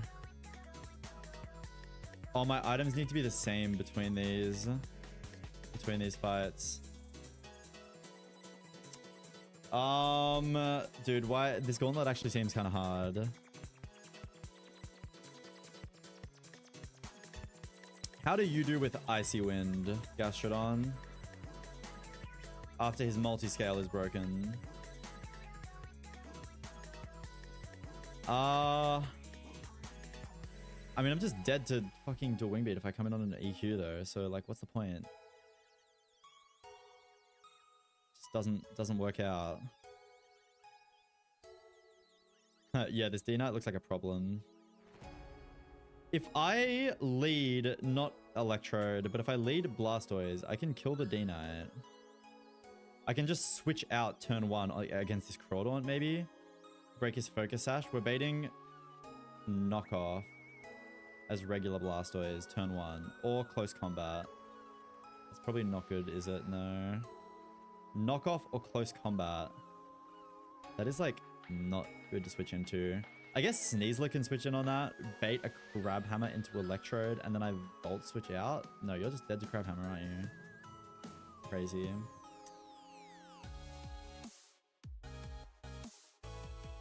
True. Hang on, is Sneasler faster than Dino? Yeah. Instead of Poison Jab, we rock Ice Punch. So, against Crawdaunt, we eat an Aqua Jet because we fake out to break his Sash.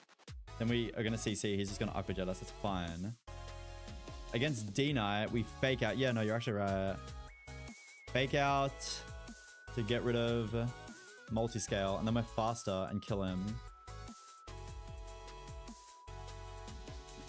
Okay.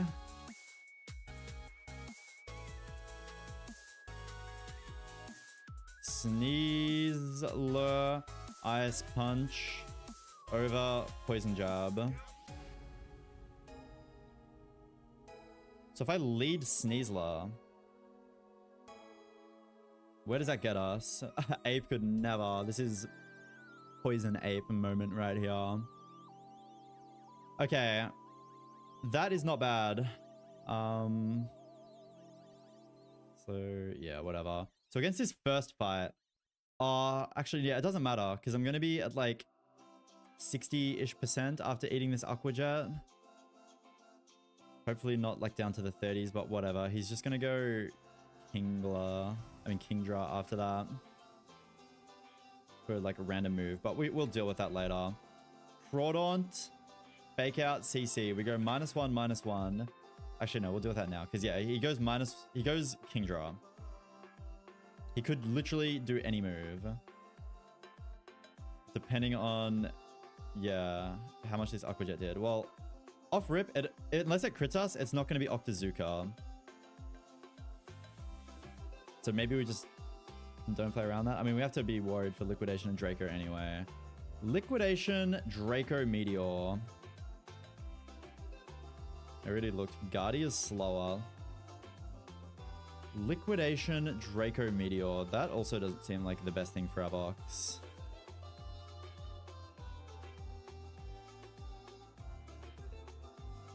Citrus Sneasler? Yeah, actually, I could, yeah.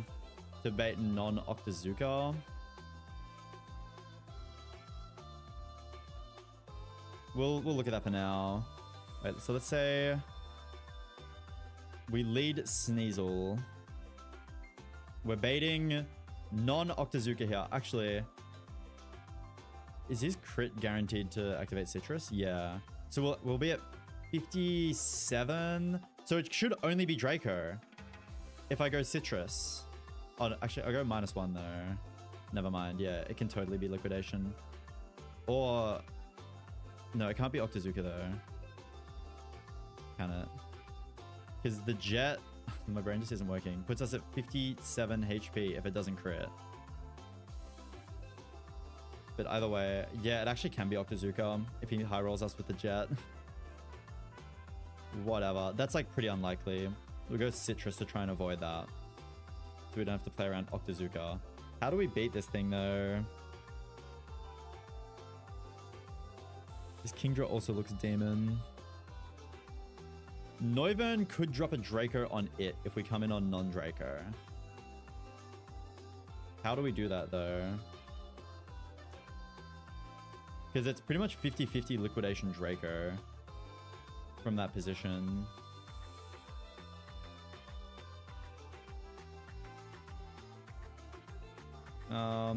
Yo, low key. Oh, he is Sniper. That's so annoying. And Focus Energy. A Gastrodon pivot could be on, but Gastrodon is just dead to some Draco Meteor crit rolls, or if he like Liquidation crits. I guess I go Citrus Gastrodon. No, but that doesn't matter. And then I could just spam Recover, but I'm just gonna be dead to double crit. Yo, what's up, Squib? So that doesn't really work either. Because I can't get Noivern in on non-Draco.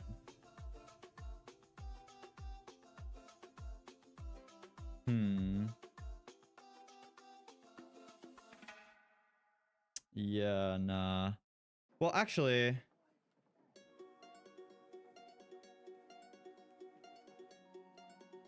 hang on. I might be cooking. What if I lead Sneasler? I fake him out, right? But then he's extremely likely to Aqua Jet, extremely unlikely to Crab Hammer. That would be so bad if I got my Hisui Electrode that low though. From eating a Crab Hammer, because then I'd be dead to like D-Knight moves on the switch in, wouldn't I? I mean, not D-Knight, Gyarados. Yeah, then I'm dead to Gyarados moves. That doesn't really work then. I was thinking about killing it with Volt Switch then. But I think I take way too much damage. Plus like crit risk.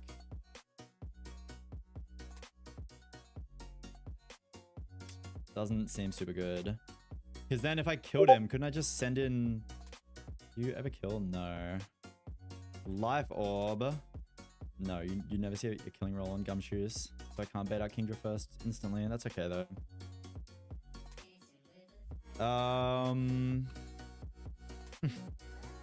Why does this seem so hard?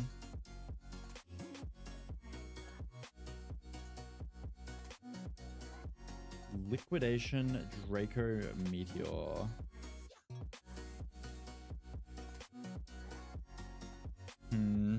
I don't know if it's worth bringing Noivern just to frag it, but like what about Shana? Not very good, no. His Scope Lens Sniper, which I think is already 1 in 8 crits, and then it's 1 in 4 if he gets off of Focus Energy as well. So it's already 1 in 8 crits. Like, that is so sus. If I go Dreadnought on him, and he Dracos, then he goes... nah, Dreadnought just does no damage to this guy. Shit. Yeah, it is 2 weeks until my birthday. I'm excited. Hell yeah. I mean, not really that excited because I'm getting old. But whatever. I mean, I just don't have to play around it if I can find a way to consistently not bait Draco Meteor. Which I guess would be a Gardevoir pivot, right? But he can totally Liquidation on this turn, and then it's just 1 in 8 for my Gardevoir to be dead to Liquidation crit. That doesn't seem fucking good at all. Does not seem good. The other option would be to go into Gastrodon and then click fucking Recover. But if I get crit on the walk-in, I'm so screwed. Yeah, if my Gastrodon was Storm Drain instead. Because then he's guaranteed to Draco once, and then it's always liquidation after that.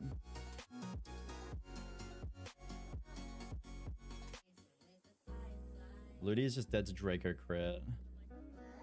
Draco, yeah, that's not that much damage. Because the first one is random move is the issue. Because of Sneasler lead. That's unfortunate. Yeah, like fake out. How many Dracos are there? It's his first move, so it is PP maxed. So he has 8 Dracos.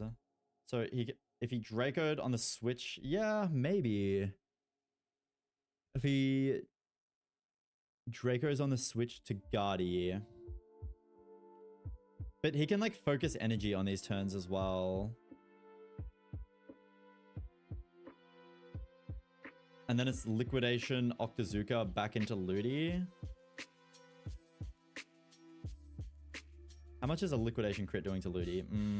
I don't like this. What's up, Sora? How are we? G'day, we're looking at this gauntlet, but it's kind of scary. Sniper Scope Lens Kingdra is gonna rock my shit. I mean, I doubt we're gonna get this riskless though. Like, gonna have to risk some stuff. What's the deal with Gumshoes? He just wants to click Frustration and do a shit ton of damage to everything. Wow, he actually does quite a bit of damage. You one-shot my Sork? My Game Corner Sork? You do. And he has Quick Claw as well. Oh boy, this looks really hard actually, this gauntlet. Quick Claw Thrust, isn't that just gonna kill everything? Yeah, we have a lot of deaths though. A lot of deaths. 22 is a lot. We lost our Talonflame today, which was a bad one. Talonflame was really good. Hang on.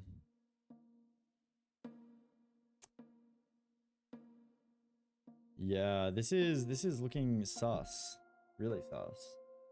Wait, Dreadnought can't get crit, but it's not good. You can just start launching full power Dracos again. I guess this is where Primarina pops off, right? Wait, I trace his sniper with Guardy. No chance.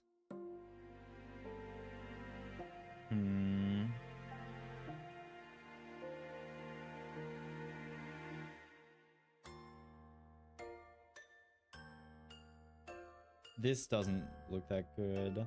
I guess I can do the Ludicolo thing. So I can go Kingdra initially. I can pivot between Ludicolo to PP stall it.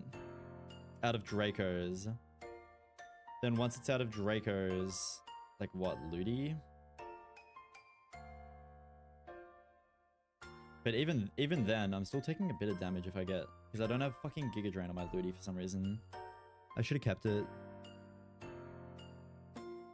Don't have it on anything. And I don't know why I still have Energy Ball on Sceptile. I'm not sure.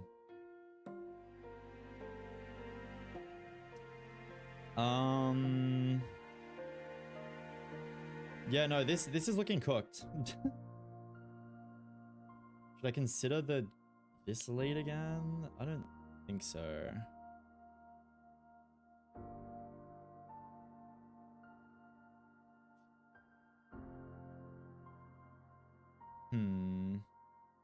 Wait, that Electrode Hisui lead into Ludi would actually go so hard, wouldn't it? Because I Volt Switch in to Ludi. And then it goes Kingdra because he's faster and out damages. You don't see a kill. Oh no, I eat a Crab Hammer, don't I? If I do that. Or a CC. Which is also not good.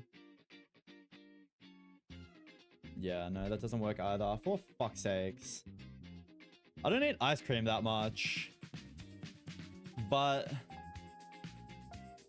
I'd say those, you know those Freddo Frog, like, birthday cakes that are ice cream cakes, and they have like chocolate, vanilla, and strawberry.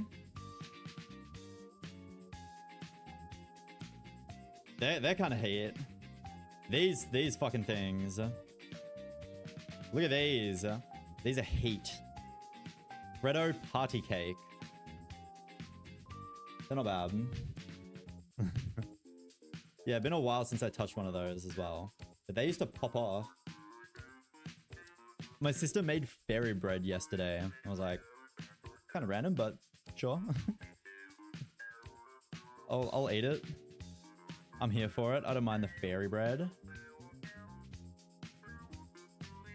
Fairy bread's very nice. Neapolitan? I don't know what that means. Like in Napoleon or something?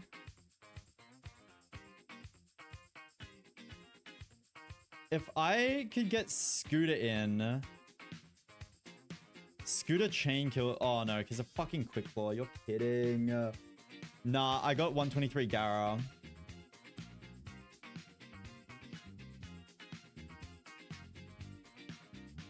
Which isn't doing a whole lot for me here. Unless I'm dodging Draco crits. Like 2 of them. Or just liquidation crit if he clicks on the first turn. Because I don't want to lock myself into outrage then, do I? Nah. Oh boy.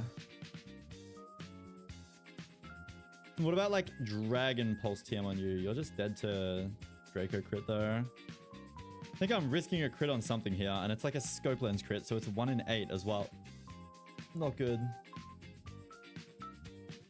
Wait. Is there like focus energy AI if someone's sleeping, and then I can encore him with Lucha?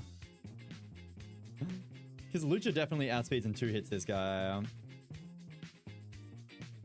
Just 1 hits that guy. If I can encore him into focus energy, that would be heat. Is there a special AI for that? No, there isn't. Like if I send out like a pre-freezed or pre-sleeping mon,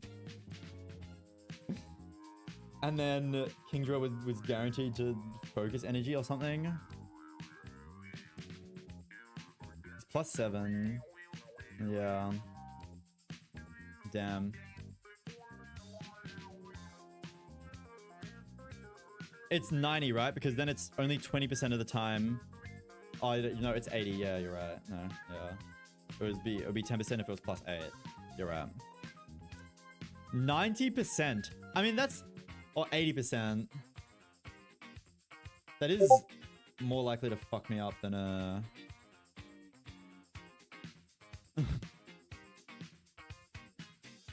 But like, I could do it twice. I would have 2 chances. That would be insane. I would actually just wipe, I think, if I fucked that up though.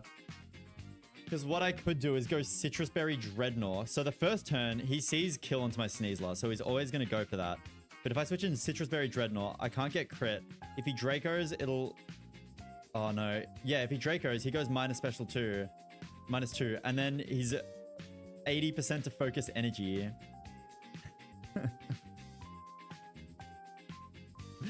So I just go whole Lucha. He could even just Draco there as well, couldn't he? That's kind of bad. That's a good question, Chloe. I could whole Lucha encore him. Because I can lock him in forever if that happens. But I only get 2 chances. Or even only 1 maybe. Because then if I go back to Dreadnought... I'm going to be baiting a kill again. I only get 1 chance and that's so bad. That is awful. Actually, Lucha baits liquidation if he's eaten a Draco. So I could just go hard Ludi, right? Hard Ludi. Just dodge like Draco Meteor crit the first turn. If he liquidations or whatever, then it's fine. Then he's either going to... Oh, but then he could just hard Draco, full power Draco into my Lucha on the switch.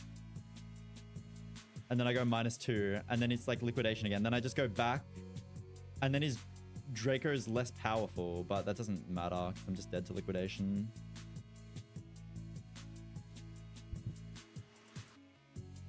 We're gonna have to risk something big here on this Kingdra. Like, maybe just... Turn 1. Wait, how likely is he to do this again? I'll go -1. You've Aqua Jet me for...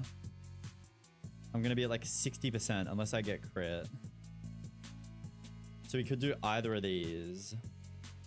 He's slightly more likely to liquidation, actually. I might not even be in Draco. Oh no, I'm -1 Spit F actually as well. So it's whatever. What I could do is I can just go hard Gardevoir. This risks random move crit, which is like 1 in 16 to just... our Gardevoir would be dead then. But then Gardevoir just baits Focus Energy or Water type move into Noivern. And then with Dragon Fang, I outspeed Frag with Draco. Maybe? If that's the best thing that I have so far, that's honestly not the worst. Because he could just... he's like 50% pretty much to Draco on this switch anyway. It's only if he liquidations and then if he gets the 1 in 8 crit. We lose Guardy, but like that would be so bad if we lost Guardy. But like... we might just have to risk those. That might give us an easier rest of the fight. Let's just look. So we drop a Draco. Then we go -2 special attack. And this guy comes out. How the fuck do I beat this Gumshoos then? He's never Earthquaking at least. What about Dreddy? Yeah, he's never Earthquaking. He has Quick Claw.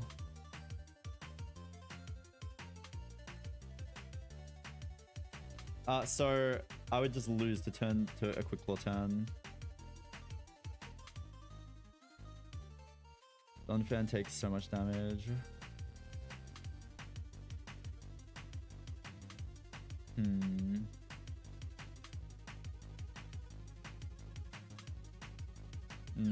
This, oh my god, why is this gauntlet so hard? I mean, Honchkrow is just dead to Quick Claw as well. Awesome. I feel like so many things are going to be dead to Frustration Quick Claw, aren't they? It actually kind of does damage.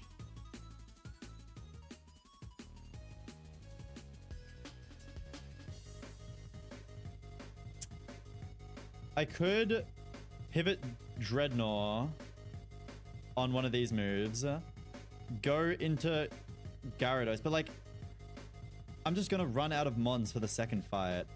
If I go into Gyarados on the EQ, and then I int him, then I go back into Dreadnought, I'm still just gonna get fucked by Quick Claw.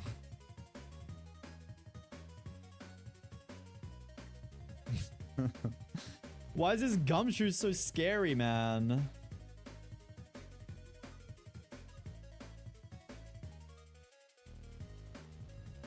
I guess if I pivot Dreadnought, I can go Hawlucha. But if I'm going Hawlucha, I don't even need to fucking... I just click CC and just pray that he doesn't Quick Claw Thrust me. That is looking quite sus.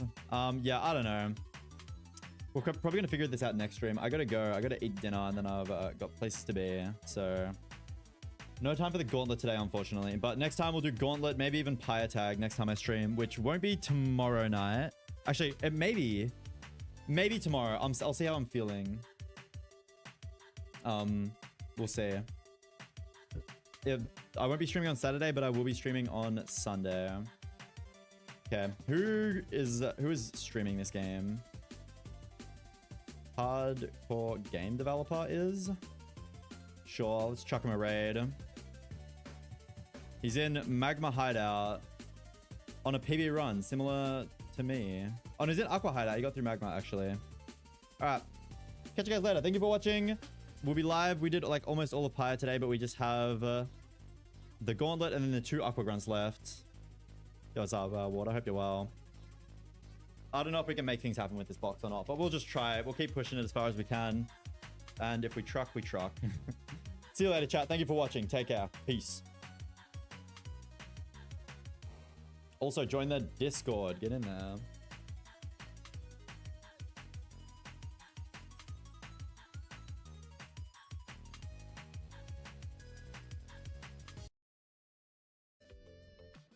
It's faster than us. It goes for high horsepower. We Mega Evolve. We U-turn. Thank you, PMD Cat. I hope it's a run. This run's looking pretty tough, though. We're pretty thin on a lot of types.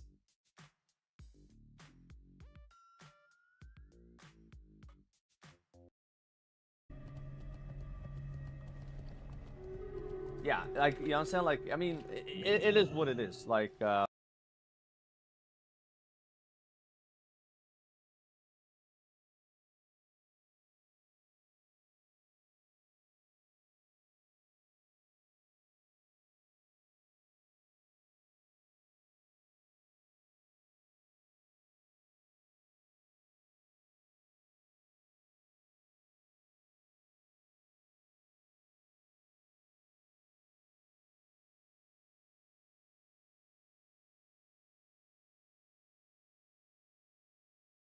Biofertiggerichte schneller als deine Instant-Nudeln und dazu auch noch viel gesünder. Das ist Löwenanteil.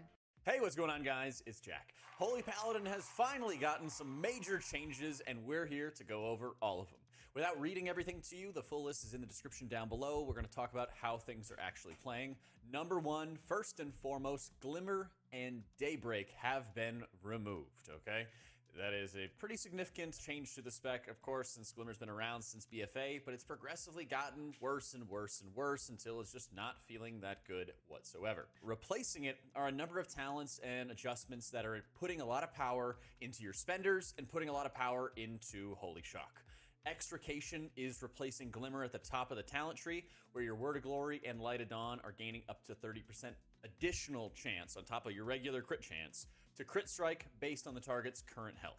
Lower health they are, more chance you have to crit strike. This feels incredibly powerful for spot healing, for pushing up health bars. It's insanely good and very fun to be able to play with. Love being able to utilize this along the way. They also are adding some really powerful other talents, namely one called Truth Prevails, where your judgment is healing you and its cost is reduced, and then half of the overhealing that you might do is then transferred to other allies along the way. This was really easily doing like 4 or 5% of my healing, which is kind of a lot for a 1-point node, since you're having Beacon feed right into it on the talent tree, since they kind of shuffled things around some more. And so it feels really significantly powerful. So I played with both Lightsmith and with Herald of the Sun in some of the dungeons that we have. Obviously, raid testing hasn't happened yet, but we'll keep an eye on it as it continues. But what I was doing was I was playing with a build that's a little bit more centric to just kind of building and spending your holy power. So building up with, of course, your holy shocks and then just spending them on Word of Glory or Eternal Flame. Lightsmith was having a number of buffs coming in for their sacred weapons, and I think they overbuffed it or something is bugged with it, because it was absolutely doing ridiculously insane damage, especially when I was buffing mages along the way. I know previous weeks it was like Windwalker monks had some kind of bugged effect to it, so yeah, you want to play with some really high damage? Lightsmith is going to be the sauce for you, throwing those sacred weapons onto allies, having them pump up huge amounts of damage. But from a healing perspective, I can say Lightsmith felt really good because the shields felt significant, and then the additional healing when you cast a weapon, it's not like a Druid's Treant where you can kind of actively see it healing, but you can kind of feel a little bit more support healing coming around the corner from that sacred weapon, and you can really notice when you toss the bulwarks, the shields onto your allies, the additional absorb onto that one individual, and of course onto yourself. You become very tanky as a result of some of these talent setups. One of the talents I really wish they would have adjusted was Saved by the Light. They made a new adjustment with a talent called Glistening Radiance, where spending holy power can kind of trigger the absorb effect of Saved by the Light for a reduced value. I tried this and I really personally enjoy that effect of Saved by the Light, even though it's been mid for a very long time. And it kind of still seems mid at this point, unfortunately. So from our other testing, they made a change to Rising Sunlight, where previously you would use Daybreak and absorb the Glimmer effects, and then your follow-up Holy Shocks would actually hit really hard. So what they've changed it to be is now after casting your wings, it's not proccing from your Awakening wings, it's just casting wings or casting Divine Toll.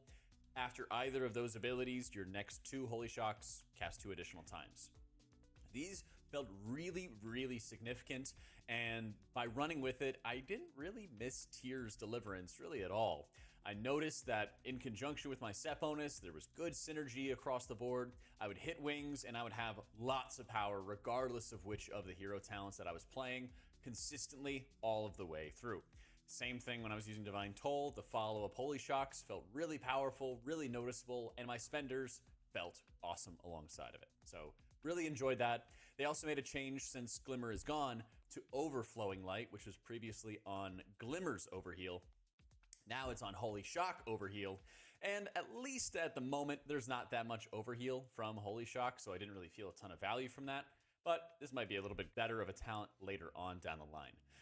From a dungeon perspective and just overall healing, whether I was playing with Herald or Lightsmith, Herald recently got some nerfs, but I didn't think it was like that bad.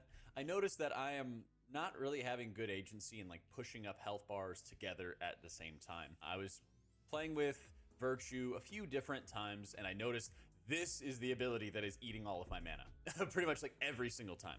You can have damage reduction. It used to be that Glimmer would give damage reduction.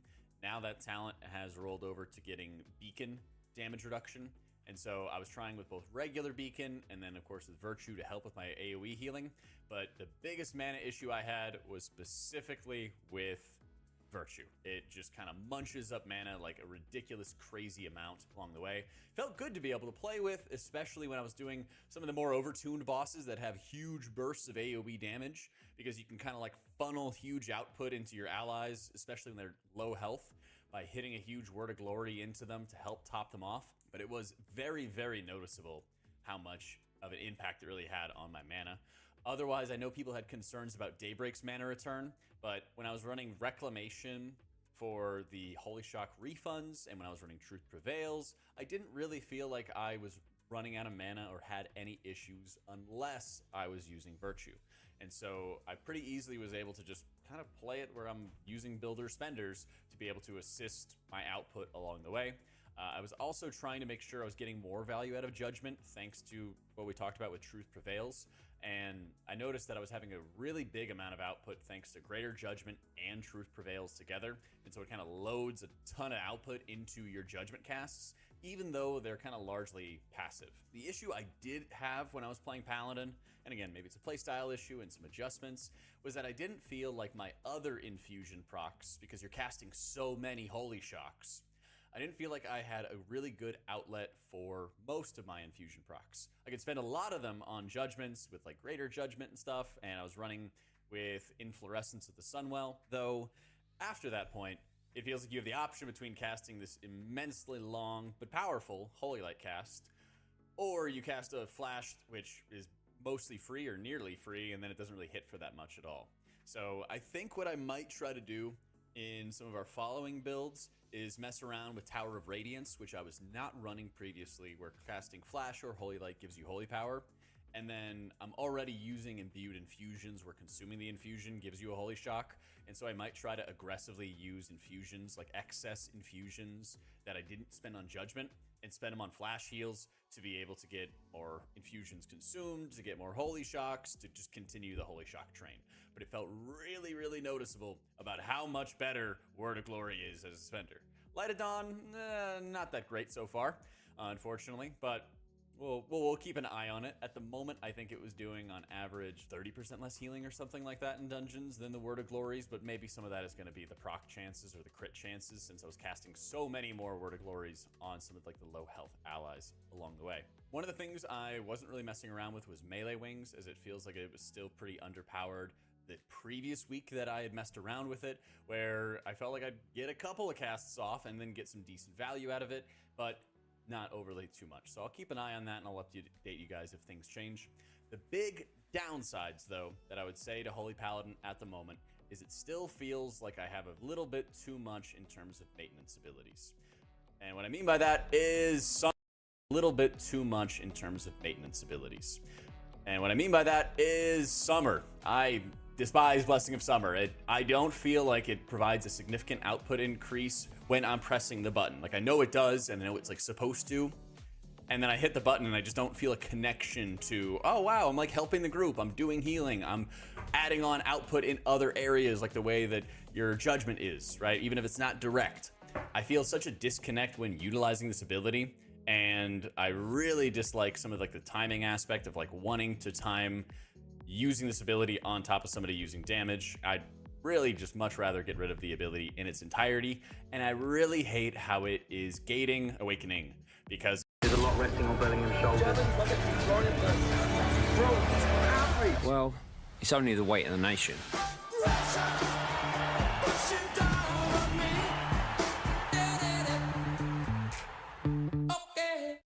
Ein leckerer Innocent-Saft mit Limette und Guave. Plus blaue Spirulina plus Vitamine. Moment. Darin stecken auch 10 Weintrauben und erfrischendes Kokosnusswasser. Oh, frisch frisiert. Plus Vitamin B3, B5, B6, B12 und C. Und Maracuja. Ein Spritzer. Und plus Innocent. Plus. Viel mehr Gutes, als in diese Werbung packt.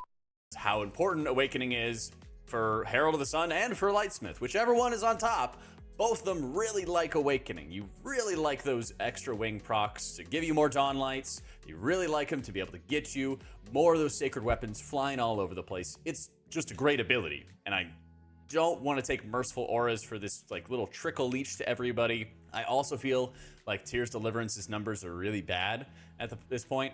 They've continuously nerfed this ability, just like they've been nerfing Daybreak and Glimmer really for a long time, that I don't know if they can like roll it off to the side and kind of like shove it off to the side and work on some kind of caster-centric focus for it. But I feel pretty good not taking it, and I almost wonder if just getting rid of Tears Deliverance, or again, adjusting the talents so it's only focused on caster stuff off to the side, might be a better use for that ability. Otherwise, I feel like I'm kind of lacking good talent points, or I have certain talent points which are really significant in their output, much like Awakening, or even things like Glorious Dawn, where I have the extra chance to get my Holy Shocks reset, but then I kind of have to like path down to get it through things that feel not as powerful, like Crusader's Might or something like that. That's an area that's been really confusing in terms of how they are balancing the output of Holy Paladin's various talents. So at this point, that's probably my big complaint, is the spec tree feels a little bit odd, where there is sort of this crossover where I feel like I have all these infusion procs and I have to like be incentivized to cast them, even though I'm actively in melee building and spending holy power as rapidly as I can and not really casting those spells, right? From a class tree perspective, well, there really hasn't been any changes thus far. So things like Strength of Conviction, where you're needing to be in your Consecrate to use your spenders and have them be 20% stronger, still feels just like an absolute nightmare. Holy Pally, like everybody else, also got some effects to their self-survivability with things like Strength of Conviction getting nerfed, so you're not having as much avoidance, but again, that kind of happened to everybody. Also not a fan of, Dusk and Dawn still. I really just don't like having these extra modifiers and extra sort of like trackers to your abilities on top of what we're already getting with your hero talents. For example, some of the talents with like Herald of the Sun, for example, are like supercharging these occasional Holy Shocks. And so sometimes your Holy Shock is going to hit for a solid amount, and then other times you're just straight lay on handsing somebody. And so there's this odd sort of like, whoa, like scared moment sometimes when you're playing Paladin, where some abilities just hit way harder than you're expecting them to, and then you're like, oh well, I guess I just had a proc, and like now the proc's gone. So I think the spec is still fairly bloated with a number of different modifiers that are changing the expected outcome for how hard your abilities are going to hit. And so there's kind of those moments where I'm like hoping when I have Virtue out and someone's low health and I want to hit a Word of Glory, and I hope that it tops them off, and I hope that it crits, and it may or may not, right? I think my big view at the moment with Holy Paladin is that you feel really, really strong as a spot healer, but trying to deal with the constant pulsing AoE damage that some dungeon fights are going to have, and maybe even like the raid environment of what they might be throwing at you, I'm still a little undecided on. I still don't feel like Tears Deliverance really delivers much in the way of output these days with how much it's been nerfed, and I almost wonder if either separating it so you're only going to run it in a very caster-centric style might be worthwhile, or just getting rid of it entirely and letting it go in the same way as Daybreak, so that you are just having more space for your Holy Shocks to hit hard, your spenders to hit hard, and you follow up with that bread and butter. I'd also love it if there was some universe where I had all of my casts from Infusion being accelerated. I know I've taken Divine Favor for casting Barrier of Faith or Prism, and then casting the follow-up like Holy Light, which feels faster. That's pretty good, like every 30 seconds or so. But outside of that, I just feel glutted with Infusion procs, and I'm kind of like just racking my brain, finding ways to be able to spend them, to properly utilize all of them, and get, you know, value from it. Because one of the problems Paladin had in Dragonflight was you were getting glutted with these resources that it felt bad to spend. It felt bad to use all your spenders, and it was encouraged at one point to be overcapping on your resources. And so I hope that we don't get to a point where you're overcapping on infusions or you're overcapping on holy power, and continue to actually make sure that the resources you generate feel valuable, feel significant, and every single time you want to be excited that you're getting them. That's probably the biggest thing for me, is I don't feel like that kind of connection, at least with infusion at the moment, is there. I'm going to try it out, like I said before, with Tower of Radiance, use it on flash heals to consume more infusions more rapidly to kind of feed more holy shocks. And we'll see where it takes us. Right now, if you're looking for some fun, again, try Lightsmith. It's bugged, it's gonna get fixed, but boy is it a lot of damage, and it's really cool to see. In general, I am extremely happy that Blizzard is taking action on this. I would not be surprised if tiers or other abilities start getting continued tuning and adjustments and fiddling around, but I am just beyond thrilled that they're taking action and we're seeing some progress, because we do have the time and space for them to constantly be working on it. So I'm very stoked. Gonna make sure there's more updates and everything coming as we see them, or if some of my thoughts change. Thanks so much for watching, guys. Huge thank you to our patrons, our Twitch subscribers, and our YouTube members for making all this content possible, and many more updates to come as the War Within.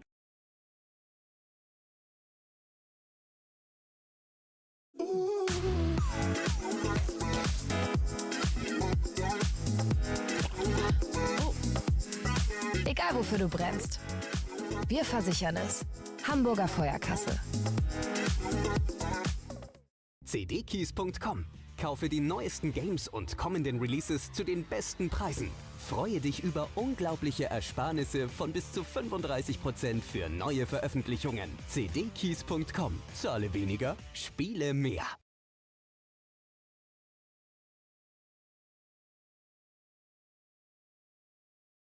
Hello everybody, my name is Dratnos, and we've got a big news day, but there's more to come. So there's a big set of patch notes with class balance and tuning and stuff coming to this week's War Within beta build. If you're interested, there's already a video up on several hours ago now, a day ago or something, on the affix changes, which are the bombshell news from today. But let's dive into these beta notes as well, because there's some important stuff in here too. Starting off with a change to Avoidance and Leech, which is that in today's build, Avoidance and Leech rating on gear give half as much percent as before, and we've reduced the amount of these stats given by most talents. Both of them, Avoidance in particular, are extremely effective against the damage non-tank players face.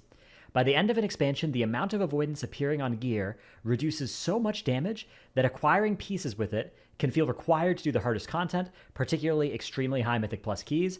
By reducing the amount of value given per rating, our goal is for pieces with those stats to remain valuable, but for the gap between players with and without them to be closer.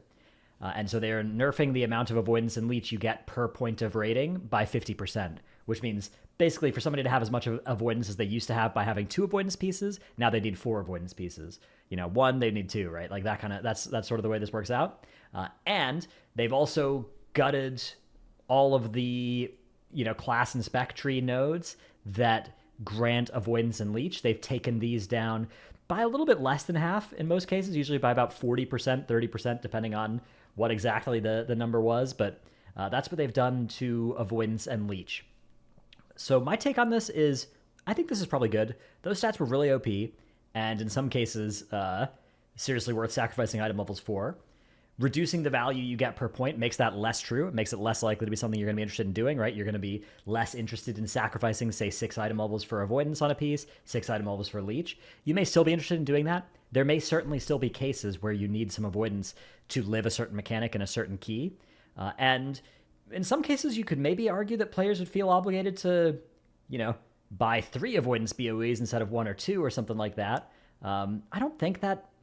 Like, I think that that doesn't make that much sense, because the more powerful version of Avoidance, I think, would be more worth, you know, spending more gold on to do that. But you could maybe make that argument if there's a certain mechanic this very pass-fail, right? A binary, you either live this with avoidance or you die without type thing, that now people are going to go a little bit more out of their way to get it. But I tend to think that's not a super realistic fear for this. I think this is probably just a good nerf to tertiaries that are extremely powerful, and they should still feel reasonably good to be on gear. There's a certain point where if you nerf these enough that they're like, nerfing them more for balance makes it a less exciting thing to proc on your gear, right? And I think they will still feel good at half value. I think that is probably fair. So yeah, I guess overall I think this is probably a pretty good change. All right, DK. So this particular beta tuning build comes with a lot of these sorts of lines here where they're buffing or nerfing the damage of a bunch of abilities.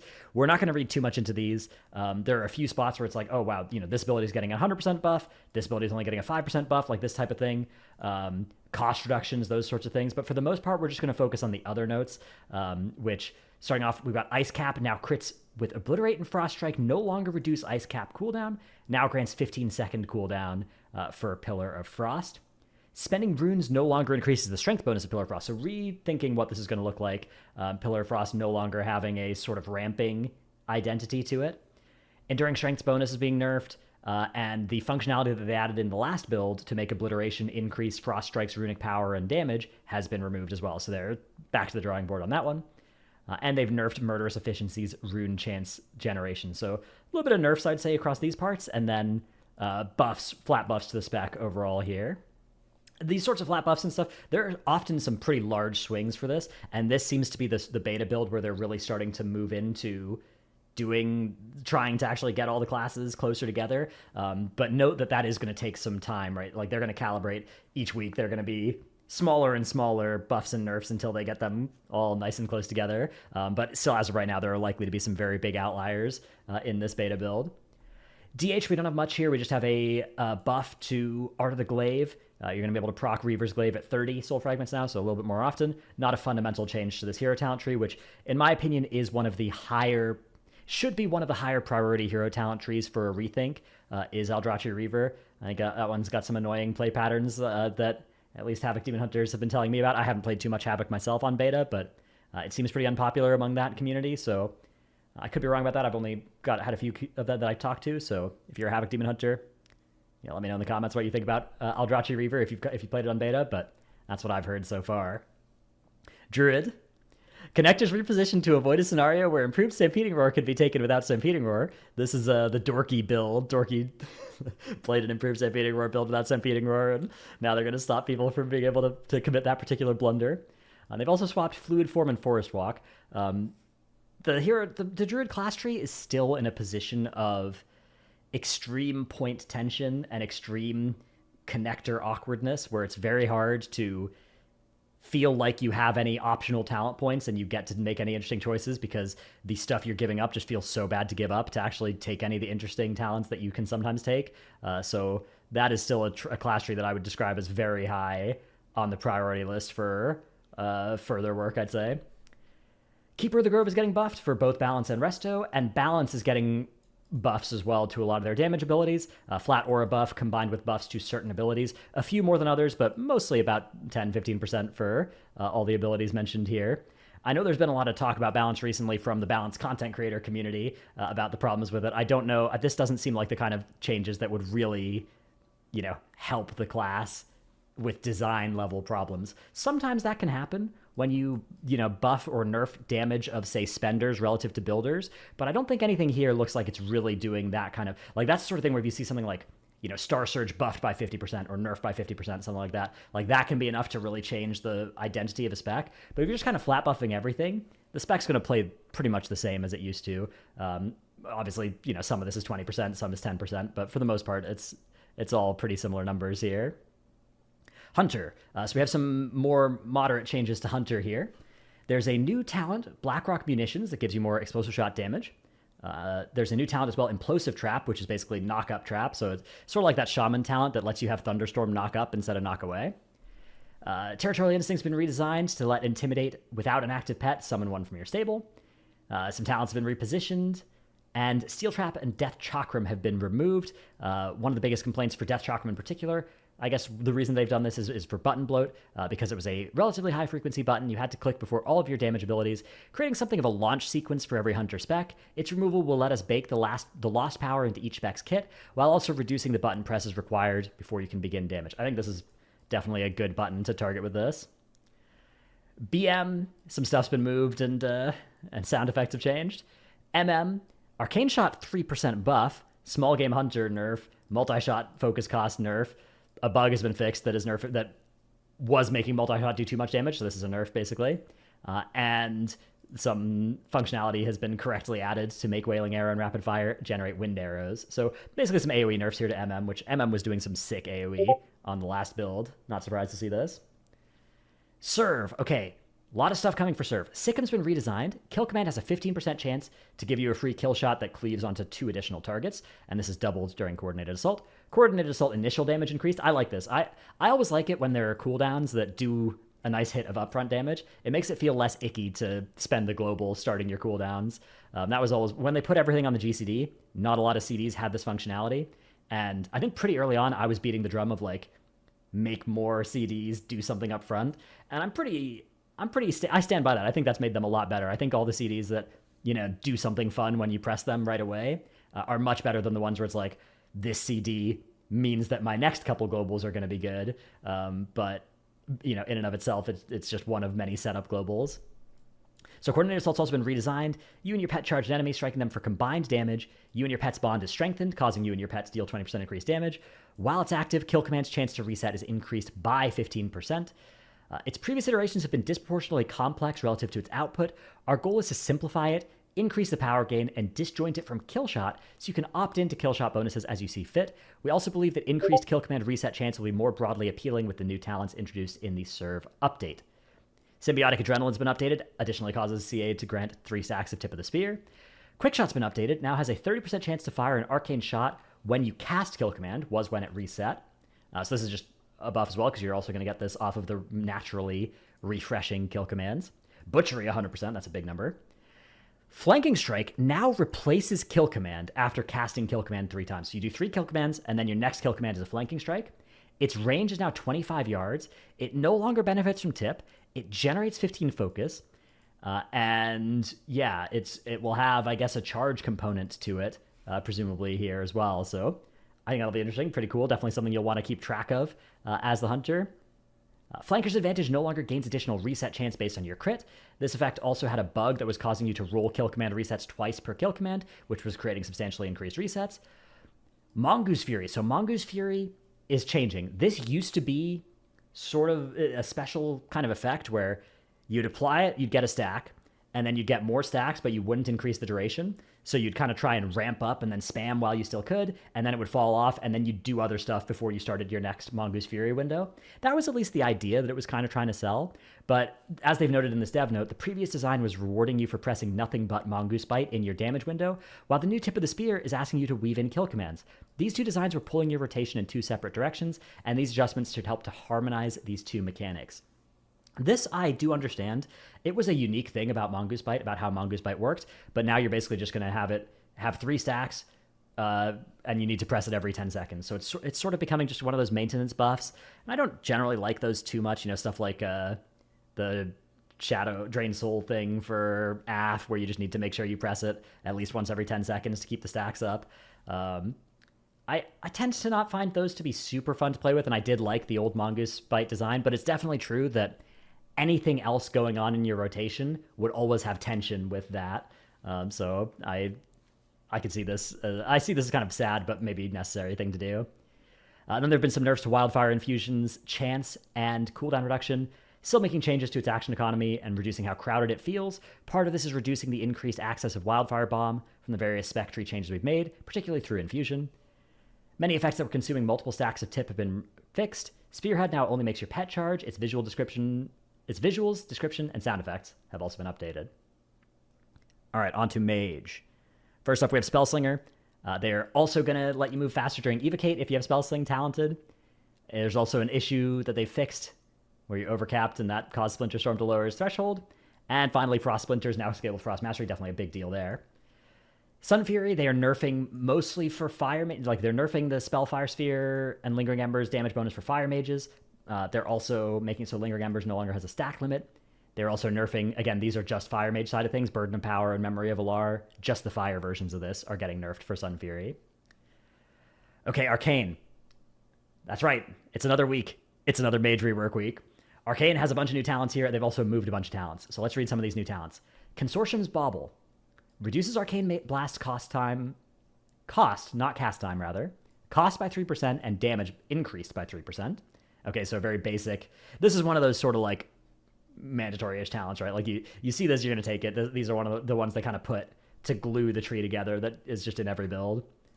Resonant Orbs, Arcane Orb damage increased by 10%. Dematerialize, spells empowered by Nether Precision cause their target to suffer an additional 8% of damage over 6 seconds. Energy Reconstruction, damage from Dematerialize has a small chance to make a 50% effective arcane explosion at the target's location. They don't generate arcane charges. Big Brained, a good talent. One that maybe most mages shouldn't be allowed to legally click. Gaining Clear Casting increases your intellect by 1% for 8 seconds. Multiple instances may overlap. So these are Iron Furs. This is not like old Mongoose Bites. This is just Iron Furs. Like you might have 3 stacks, then it goes back down to 2 type thing. Static Cloud, each time your Arcane Explosion, its damage increases by 25%. Bonus resets upon reaching 100% damage. Cool.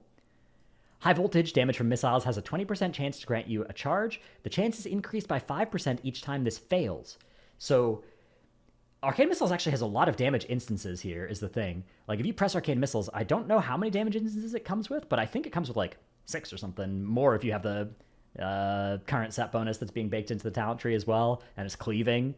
So I could see this meaning that Arcane Missiles is, like, expected amount of charges is, like, 2 per cast or something, maybe, which is kind of wild if true. Maybe I'm misthinking about this, but it seems like, 20, 25, 30... 35 proc 20 25 30 35 40 or whatever, if you're rolling all those chances, like that's adding up to a lot of percent real quick. Arcane Blast damage being buffed. Clear Casting's proc chance is being nerfed. It's currently too easy to acquire more stacks so you know what to do with. We're going to continue to watch its proc rates and adjust accordingly. It now uses Bad Luck protection instead of True Randomness. That's probably really nice for the specs feel, actually, because it definitely feels really bad to go like Clear Casting, getting 1 Clear Casting per 10 seconds versus getting, say, 3 in one 10-second window and then 0 for the next 20 seconds it's much better to get them smoothed out for the spec, at least for how it feels for me. I don't know if it's better for damage, but I feel that feels a lot nicer, so I think this is going to be a nice change. And then they're nerfing Improved Arcane Missiles and Crackling Energy as well. Okay. I love Arcane. Arcane's cool changes. These seem interesting, and yeah, High Voltage seems potentially bonkers. I'm not sure. Fire. Pyromaniac proc chance reduced. Improved Scorch damage bonus increased. Pyromaniac and Pyroblast and Flame Strike now echo at 50% effectiveness was 100. Molten Fury is being nerfed. So a little bit of nerfs and buffs to some of these different abilities. They're cleaning up the Living Bomb talents as well. The goal is to increase the appeal of the Gate 3 Living Bomb talents. We still expect Living Bomb to be fairly appealing in single target and low cleave situations, since the damage decrease in low target context is marginal, and we'll be watching it closely. So they've refactored its implementation. Many bugs have been fixed. It now applies Ignite. It spreads to fewer targets. So they're trying to nerf it looks like, in big AoE without nerfing it too much in small AoE and single target. The wording of many Lit Fuse proc chance increase challenge has been changed. It has a higher chance to proc, but it now applies 1 Living Bomb was 3. Explosivo now increases Living Bomb's damage by 50% under combustion, and the chance of gaining Lit Fuse is increased by 30% under combustion. Blast Zone says now makes Lit Fuse turn up to 3 targets into Living Bombs, and Living Bomb can spread, so Blast Zone makes it like old, it reverts these changes basically. Explosive Ingenuity increases Living Bomb's damage by a little bit less, or by a lot less. Sparking Cinders now separately increases Power Blast and Flame Strike's damage, now 10 and 20% respectively. This is nice. This gives them an extra tuning knob to buff or nerf like Flame Strike versus Ignite AoE. And it now triggers 2 times per minute, scaling with haste was 3, so nerfing Sparking Cinders there as well. Finally, Frost. We have a small set of changes to Frost. Death Shield's been updated. While Veins is active, damaging an enemy with Frostbolt increases spell damage by 2%, stacks up to 10 times. We're increasing the ramp and giving it a stack limit, so you can comfortably switch off of Frostbolt after reaching max stacks. Fractured Frost has been updated. While Veins is active, your Frostbolts hit 2 additional targets and deal 15% increased damage, and Iceland's damage has been buffed. All right, one of the shorter mage sections for one of these videos. Let's move on to Monk. So Shadowpan, they're nerfing Shadowpan, making the damage required to accumulate a Flurry Charge more. We're happy with the change to attack power as the primary driver for Flurry Charge generation, but the current tuning was generating charges too quickly and leaving little room for skilled players to differentiate themselves. We will continue to keep a close eye on this and appreciate your feedback. My understanding was that this was already one of the weaker of the two for Windwalker, but I could be wrong about that. That's just what I had heard. So yeah, I mean, this is just, it's weird. It's weird to, basically the way it works is that as your attack power goes up, you now need to do more damage to accumulate flurry charges. So unlike most hero talent trees, you know, as you go later into the expansion, in most cases, it's like, oh, I have more haste, I'm doing this thing more often. Whereas with Shadowpan, it's like, oh, I have more attack power, I'm doing more damage, but I need to do more damage to accumulate a flurry charge, therefore I'm doing this thing the same amount. That seems a little bit strange to me. I kind of feel like it should be instead, you know, maybe tuned to be something that you're not doing too often at the start of the expansion, and then you do get to do it more often as the expansion goes on and you're doing more damage.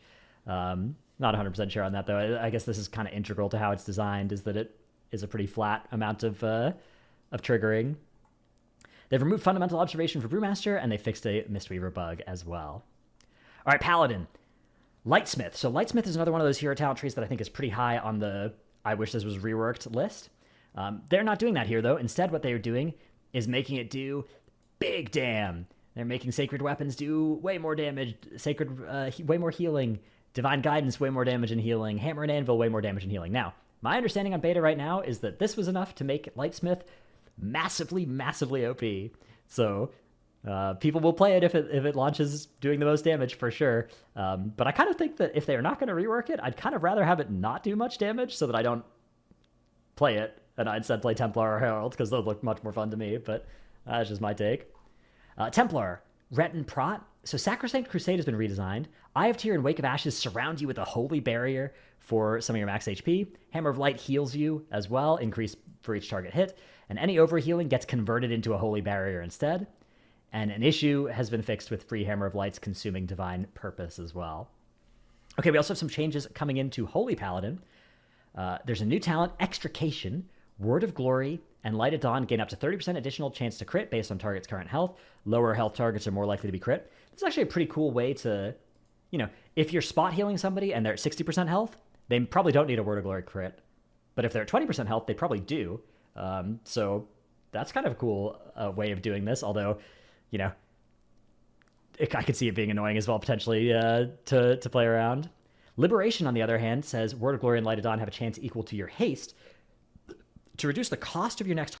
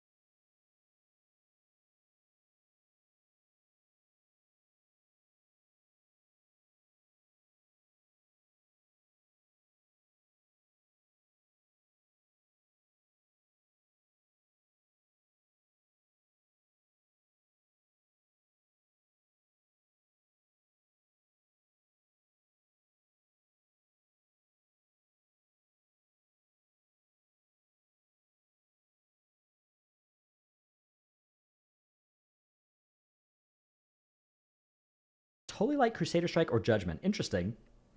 Interesting type of effect there. It's rare to see things have chances equal to your haste. Haste is an interesting stat for healers as well, because it tends to speed up your rotation and therefore speed up your rate of mana consumption. So this is a mana talent that scales with haste, which I guess is probably the stat that you would maybe have if you're having mana issues. Although on the other hand, if you're having mana issues, one of the things you might do is re-enchant and regem to have a less haste-focused build, and then this mana talent becomes less good. New talent Truth Prevails. Judgment heals you, and its mana cost is reduced by 30%.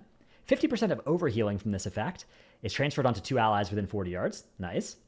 Free, press Judgment and heal yourself, heal your friends. I imagine that'll be nice for, especially for like farm situations, just Judgment doing a lot of your healing. Could be fun. Glistening Radiance has been redesigned. Spending Holy Power has a 25 chance to trigger Saved by the Light's Absorb effect at 30% effectiveness without activating its cooldown. Light's Protection has been redesigned. Allies with Beacon receive less damage. That's really nice. Overflowing Light's been redesigned. 15% of Holy Shock's overhealing is converted into an Absorb Shield. The amount cannot exceed 10% of your max health. Rising Sunlight's been redesigned. After casting Avenging Wrath, your next 2 Holy Shocks cast 2 additional times. After casting Divine Toll, your next 2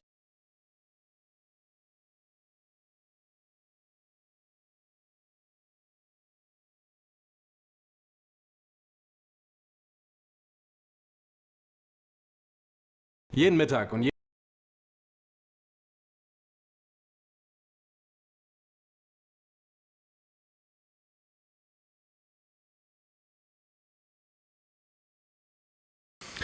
I needed a fa- need Zatu? Hold on.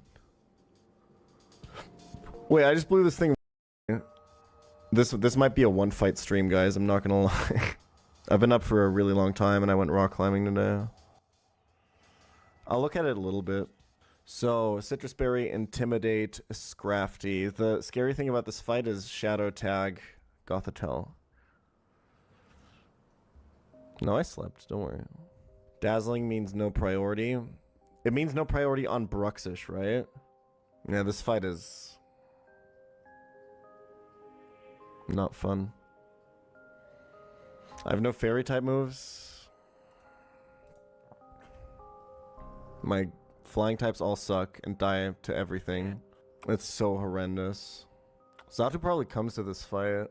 You probably find an angle where you Caracosta Protect and do something with that. Big surprise.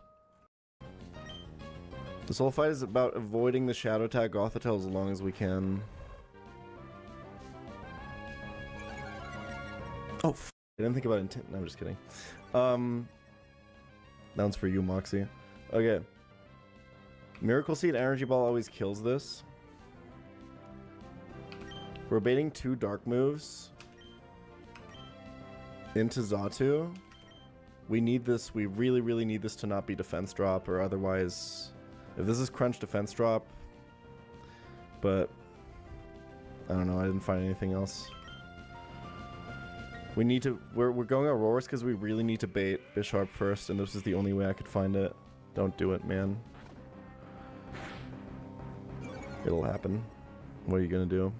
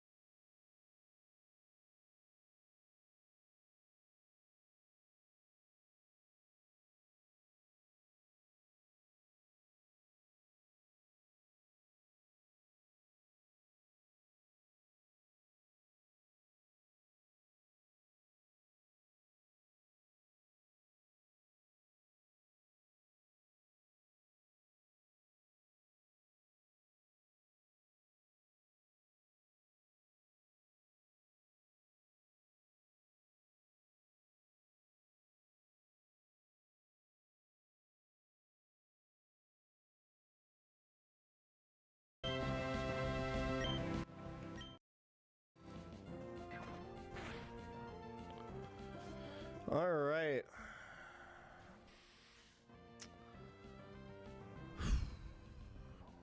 This is going to suck. I think what we need to do... Okay, actually, this is not super terrible. It's pretty terrible. It's really, really terrible. The problem is... So the issue is Scrafty can now no longer only use close combat into Auroras. It can now...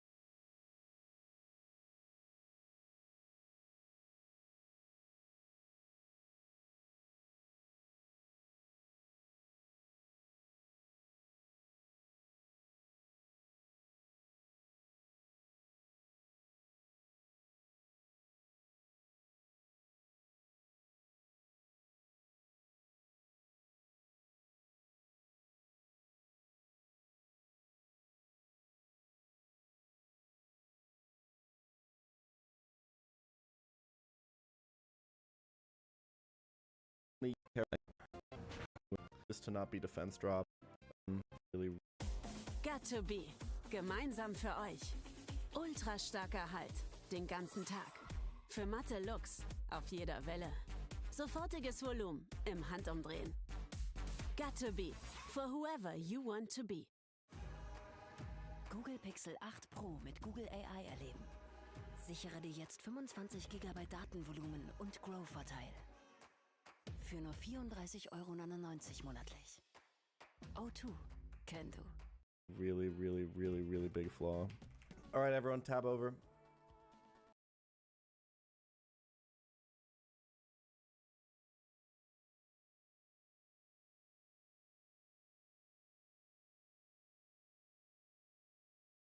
Came from the Meganium slot.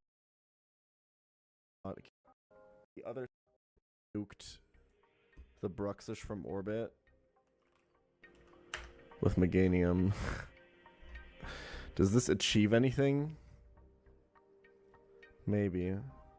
You're baiting Sucker Punch fast kill from this if you're pre-damaged. You go Mian Shao on the other slot.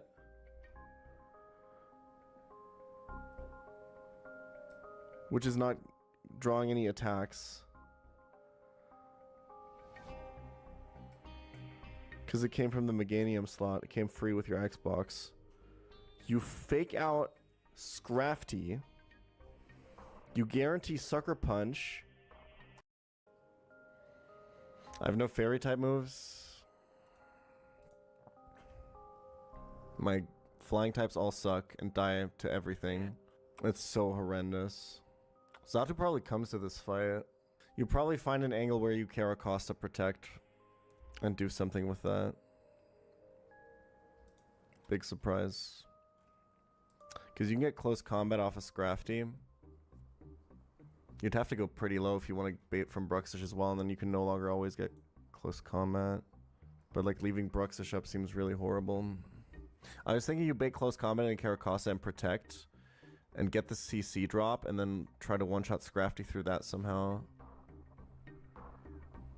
But honestly, even that seems like a fucking long shot. Obviously, Sharpbeak Xatu does it, but you just get killed by Bruxish. Well, you don't, but okay, that's good. That's a start. Okay, who else can get close combat? And a move from Bruxish.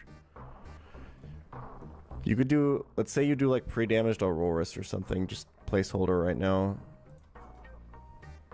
Get a close combat from this. I mean, obviously it moves before Xatu, right? You need it to move after. You could go Lagging Tail, but then you can't go Sharpbeak, so you don't have to kill. Okay, so doing this with Xatu is kind of fictional. Mian Shao obviously gets intimidated. There's nothing else that can kill Scrafty after like a close combat drop, right? I'm pretty sure Mian Shao doesn't get U-turn.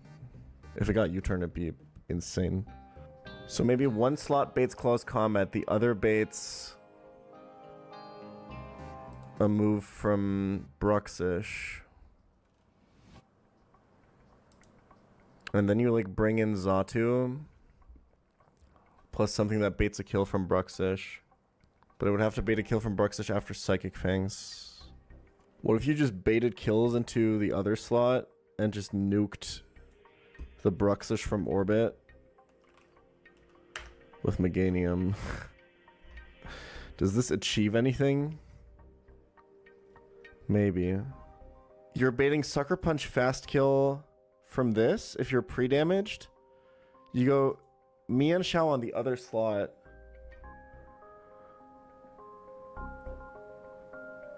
Which is not drawing any attacks. Because it came from the Meganium slot. It came free with your Xbox. You fake out Scrafty. You guarantee Sucker Punch. Bring in Crocodile. And now you can actually bring damage boost on both. If you want to. I think this is it. Defiant doesn't matter, I think. So you lead.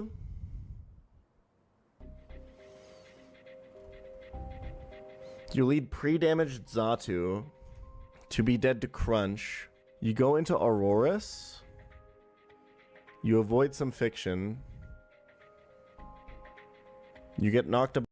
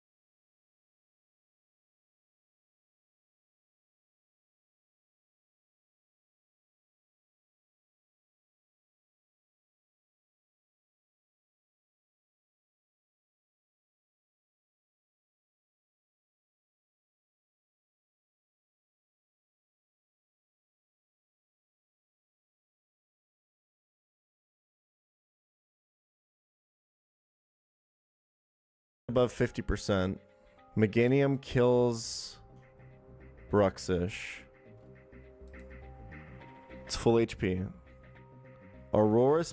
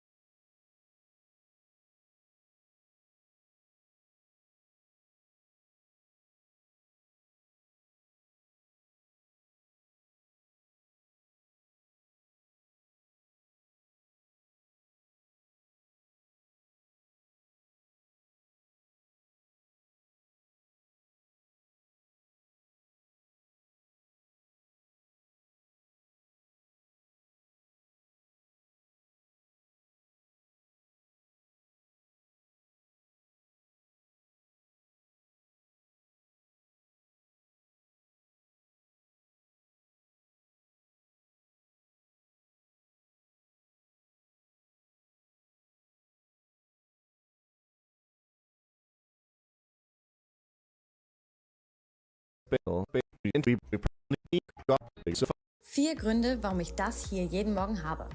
Die High-Protein-Trinkmahlzeit von Huel enthält alle Nährstoffe. Fight is about avoiding the shadow tag Gothitelle as long as we can.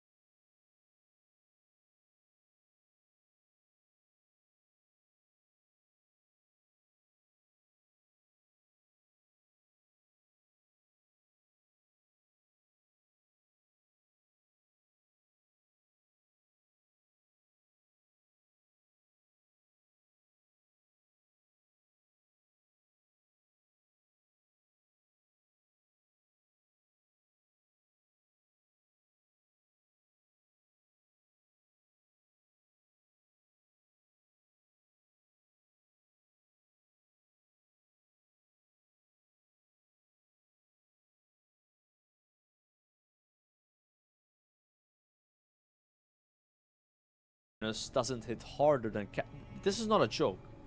The trash in Blood Fairness hits harder than Cataclysm Heroic Trash.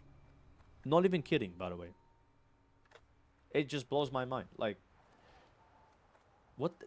I want to know the attack power values of that trash. Like it's just like I really want to know. I want to look at the number, be like, what the fuck were they smoking? Like the Shattered Halls as well, by the way. Remember that shit in Shattered Halls? There would be a mob that can one-shot the tank. Like 10k HP Pro Paladin. One-shot. What the hell, bro? Like, I mean, I guess some people like that, though. They like that challenge, but like, I think it's a bit extreme. It's a bit extreme. Because it's not like a mechanical challenge. It's like, yo, you gotta CC everything, and then even then, if your CC breaks for 1 second, your tank might get one-shot. And also, you can't press any spells until the tank has high threat. It's a weird, it's like restrictive gameplay, but still, some people like it, man. I don't know. Some people think that's good and interesting.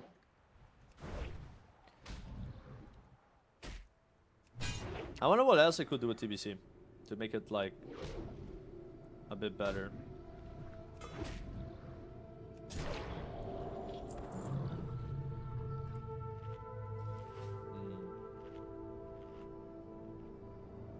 I don't know how they could do this, but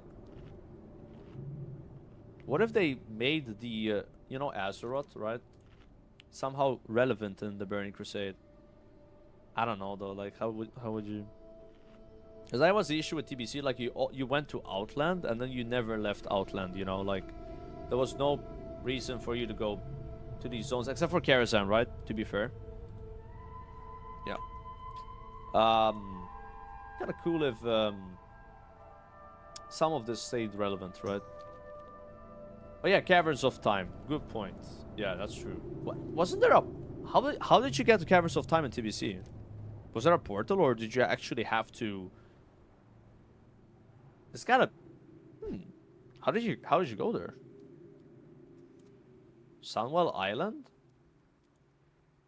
Oh, you mean like there was Sunwell Island, yeah.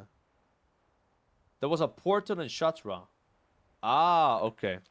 Okay.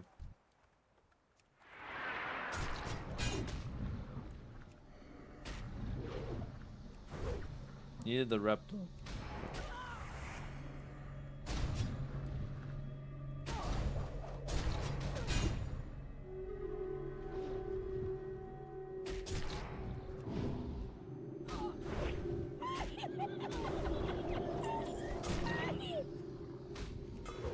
One sec.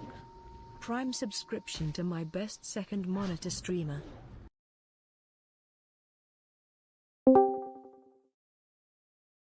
Hallo. Hallo. Da musst du mal Patrick Losensky fragen. Eldenfürst. Wenn das gutes Gameplay ist, dann nicht bei mir.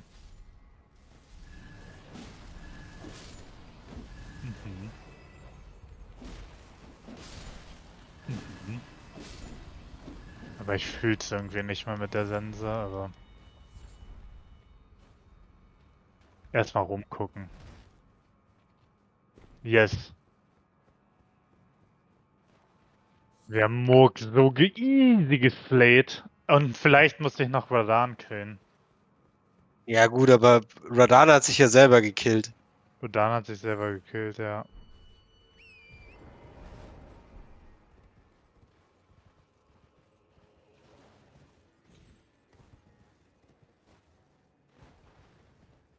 Also Radan war One-Shot. Ich habe einfach die Dudes beschworen und bin weggelaufen. Dann waren die tot und dann habe ich die wieder beschworen.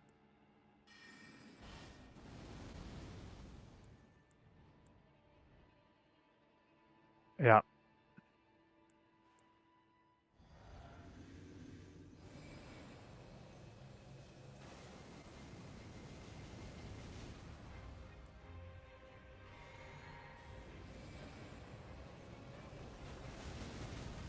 Oh Gott, ist das dumm. Ich bin tot. Ich bin so greedy. Was ist das hier für ein schwules Dorf Wieso kann ich nicht laufen eigentlich? Ja, jetzt. Eh. Mm.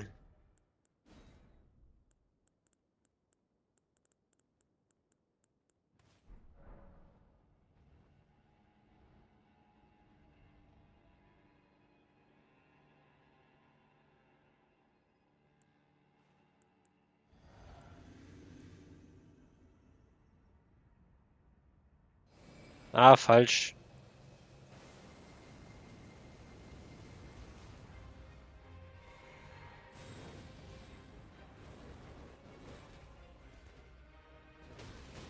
Nee. Nö. Nee, ich wollte eigentlich noch was ausprobieren, aber ich hatte den falschen Spell drin. Oh. Ups.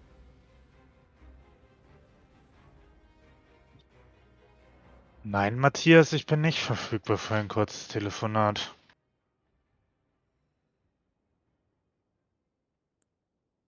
Also Der Matthias. weiß, dass das Shadow of the Earth Tree rauskam.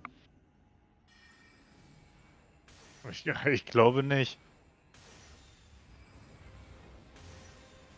Ich antworte ihm einfach nicht. Okay, das steigert ihn nicht.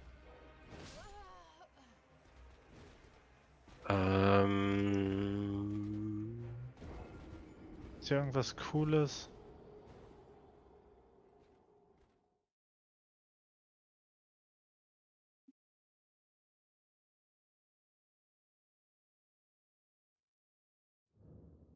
Äh, 8 Main-Bosse oder so?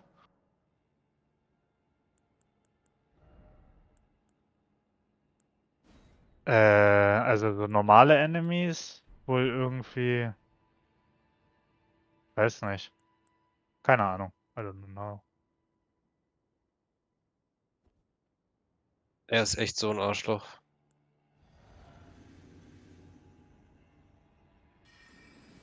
Hm.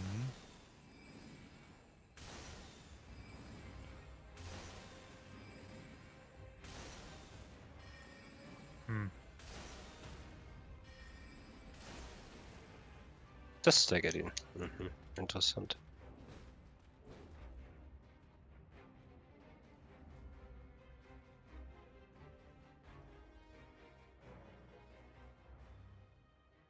Wie schaut das aus, wenn die nicht full charged sind?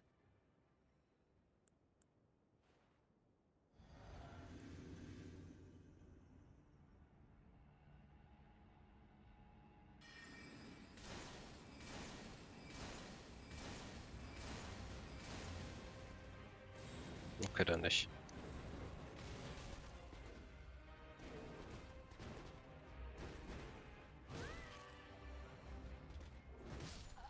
Ah.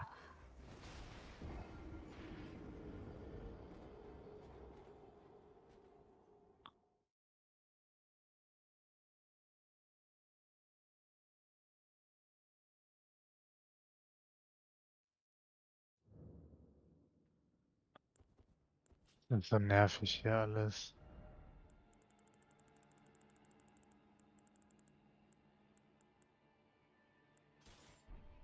So. Der hier? Komm mit. Let's see.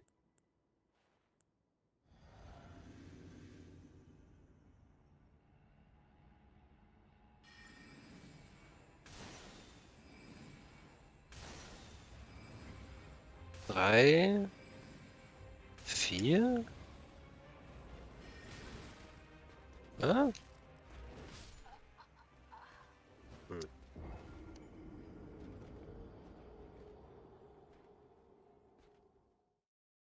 Hallo. Hallo? Oh. I'm baked again. Hallo. Hey, wir sind einer mehr geworden.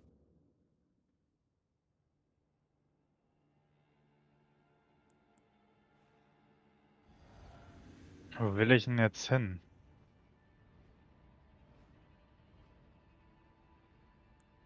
Ich habe auch keine. Apropos.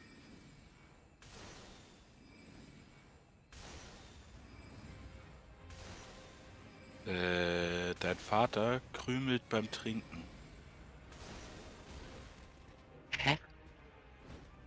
don't get it.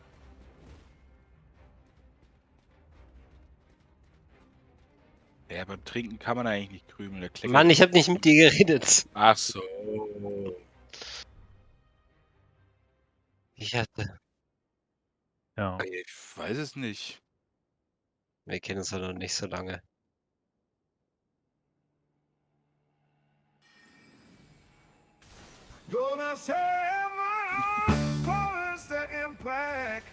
Ja, willst du ein bisschen reinschießen? I want to chop, chop, chop, chow down, take chow down to Chinatown. Ja, ich will. I'm trying. Giga-Punch ins Gesicht. Das ist der, den ich, glaube ich, auch macht gerade alles. gespielt habe, Ja, oder? es macht alles nicht genug Damage. Aber das wäre natürlich. Guck, und du kriegst die Kriegsasche, dass du das machen kannst. Und das sieht cool aus. Ja, die Frage ist. Aber dafür habe ich nicht genug. Ich glaube, ich brauche insgesamt mehr FP. Bin auch gleich wieder. Ich will ausprobieren, ob ich den umbringen kann, ohne dass der sich einmal wehrt. Weißt du?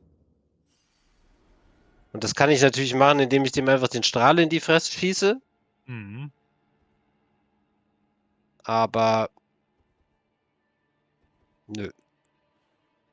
Und stattdessen schauen wir mal, wie das ist mit diesen Boxhandschuhen.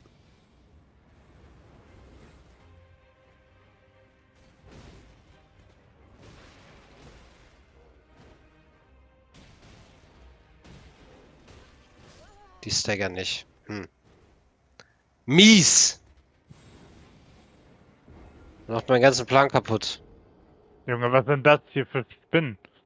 Die fragen nicht, ob ich hier eine Spinnenphobie habe, wie bei World of Warcraft. Ja, World of Warcraft passt einfach besser auf dich. Ja.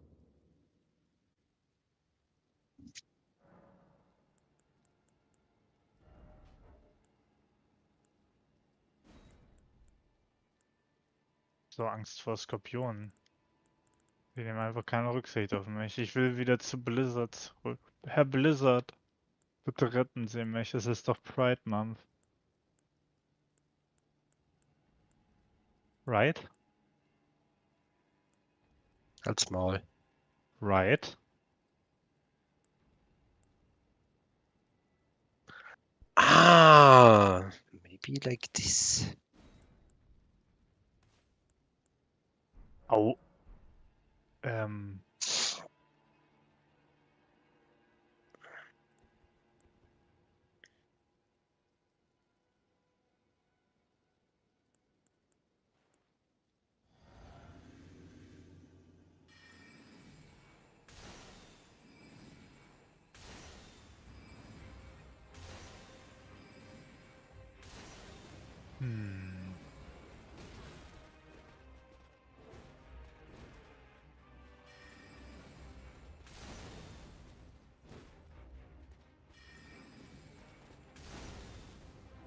Wieso?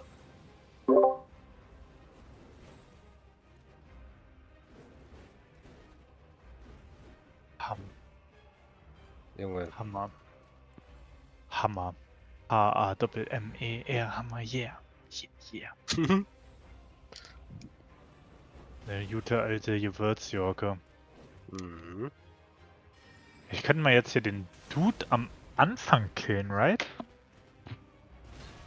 Der mich gestern ein bisschen verprügelt hat. Welchen Dude am Anfang? Ach so, den? Der da links in dieser... Ja, das schaue ich mir gerne an. Ich meine, hier kannst du dir erstmal eigentlich, kann man sich das angucken, wo Marika schon lang gelaufen ist. Das ist wirklich ein kleiner Gänsehautmoment. Hui. Ich liebe einfach das AP. Junge, du bist so lost. Ich kill den jetzt schnell, bevor Joni wieder da ist. No pressure, aber da schaue ich dir zu.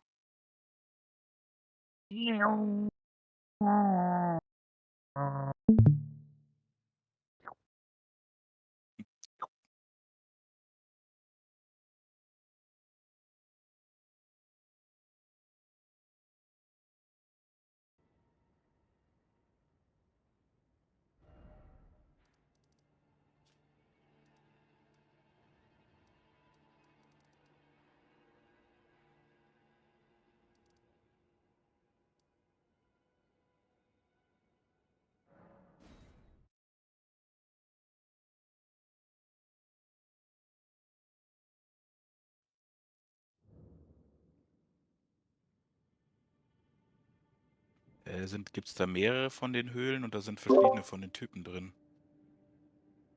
So wie bei deiner.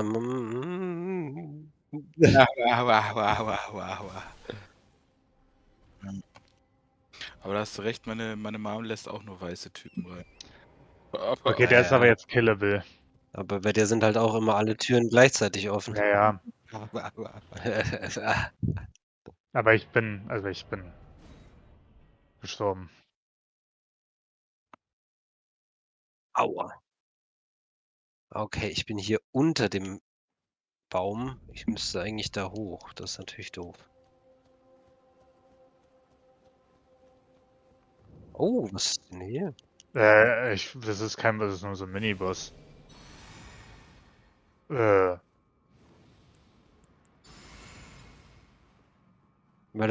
er ihm scheißegal ist. Ist nur einer auf der Liste, weißt du?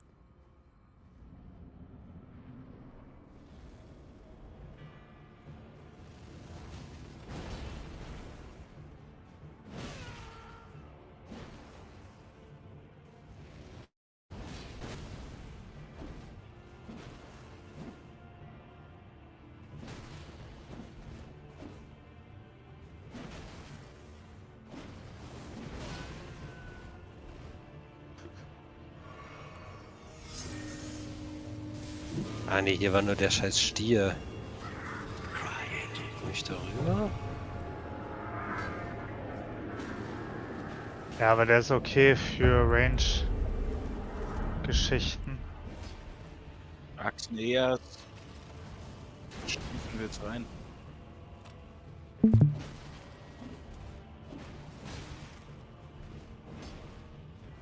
Was gibt's? Kock. Kock. Classic. Classic Schwanz-Sandwich. Classic Cock Sandwich, ja genau. Für die Schwanz-Enjoyer unter uns. Mann, ich bin so ein Hurensohn. Ja. Aber der ist killable auf jeden Fall. Ja, der auf jeden Fall. Dann fick ihn auch. Fick ihn jetzt! Mhm. Mit den Throbbing Cocks. Der Arschler. Ey. Was ist er denn für einer? Ich weiß es nicht, aber er ist richtig sauer. Guck ihn dir an. Der ist schneller, besser, stärker. Ja, da bin ich mir auch eine Tub. Kann gut sein, ja. Oh, jeder, ja. Okay. Er kriegt einen Tritt in sein Gesicht, ja. Mann, ich weiß nicht mehr, wie ich zu dem scheiß Baum hier rüberkomme. Weil der hat ja die FP-Tier. Na, der hier. Weil der ist oben und die ist unten. Das habe ich schon festgestellt.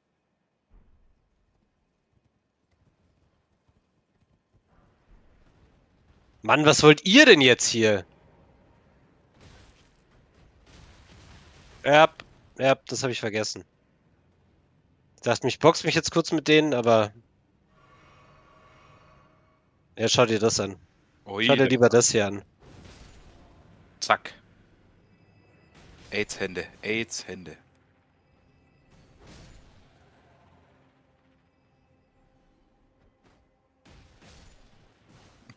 Mann.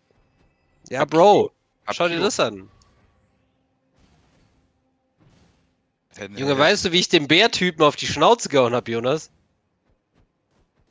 So. Echt? Ja. Hab-Kilo-Hans-Hoppe-Style, oder was? Oi, da hab Kilo-Hans-Hoppe. Ja, und jetzt schau dir die Dinger hier an. Es wird ja noch viel geisteskranker. Sind das die Fisting Claws? Oi, da kratz. Ja, aber schau dir mal das Tracking an, Alter. Das kannst halt...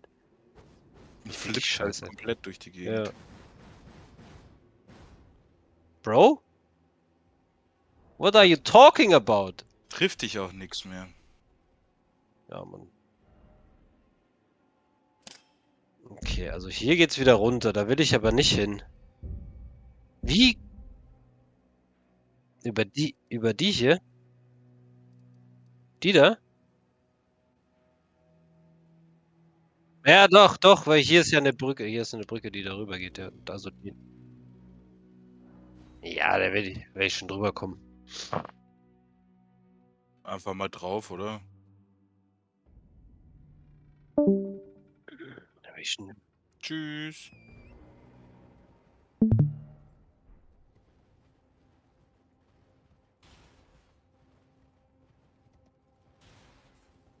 Nur die ist da am Kreiseln.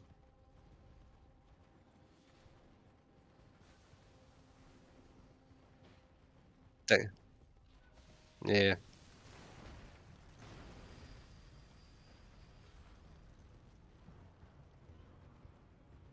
Das ist doch aber nicht richtig jetzt. Halt unten. Da ist doch. Ah, doch. Ah, das war das Ding hier. Ja, genau. Wie dumm.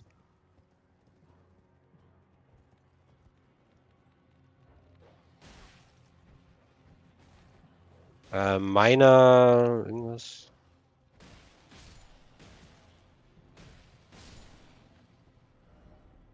Also der ist es nicht. Komme ich hier rüber?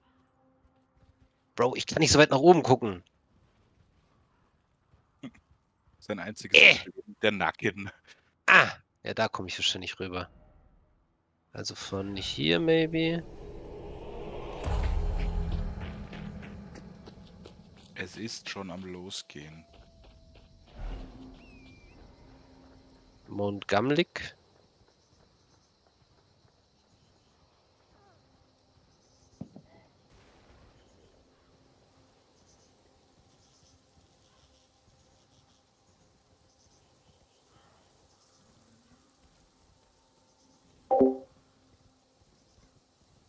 Ich glaube, ich hab's schon. Das ist zu hoch, dass ich hier einen Doppelsprung mache. Oder?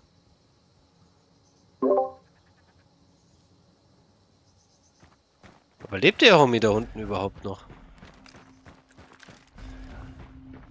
Ich sehe da nichts.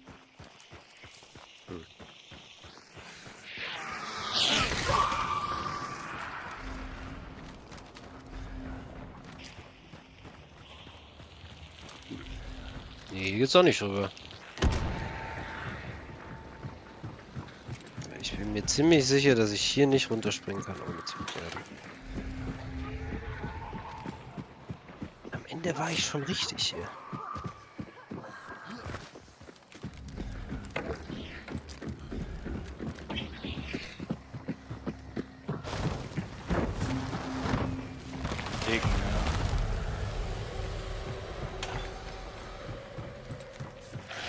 Ja.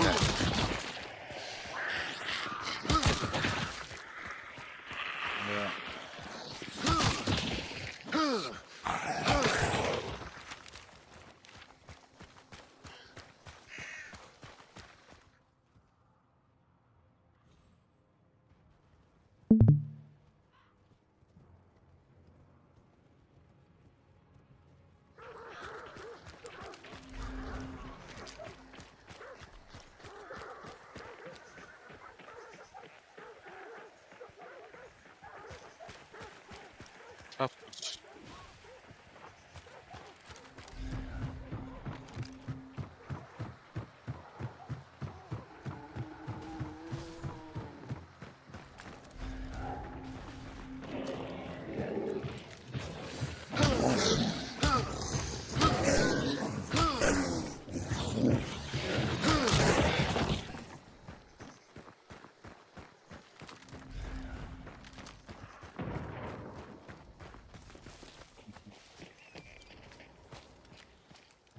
Ja. Immer noch dieselbe, fragt sich der Dom und wundert sich.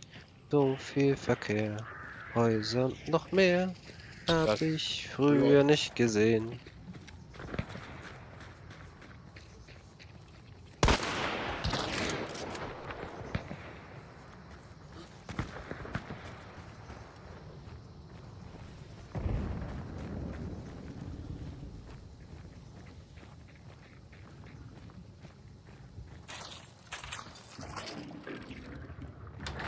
Passt.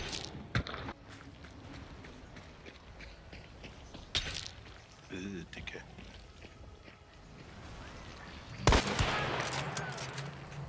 War der gleiche, oder?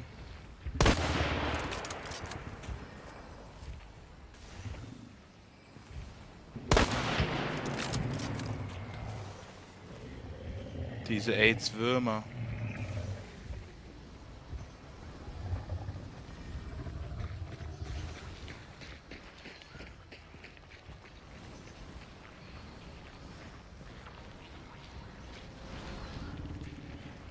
Oh.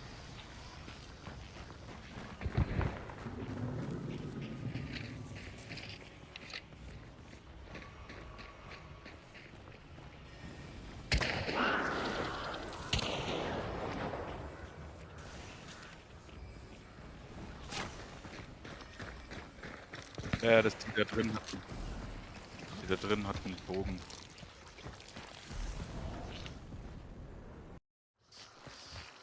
Bin vorbei.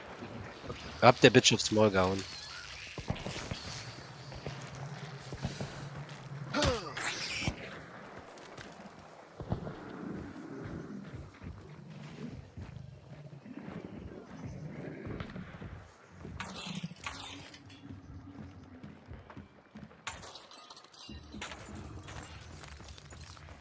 Ja, die springt da immer noch am Fenster rum, aber...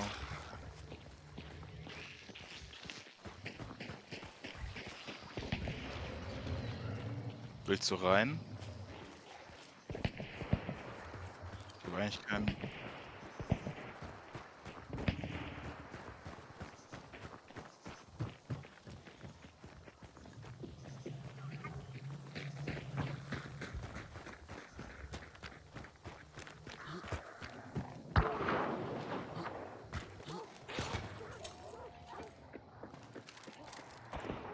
Okay, dann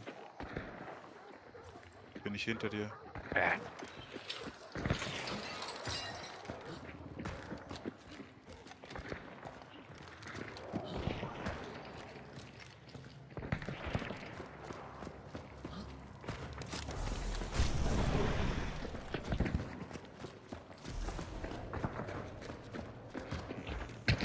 Ist hier draußen auf dem Fenster? Ich bin da.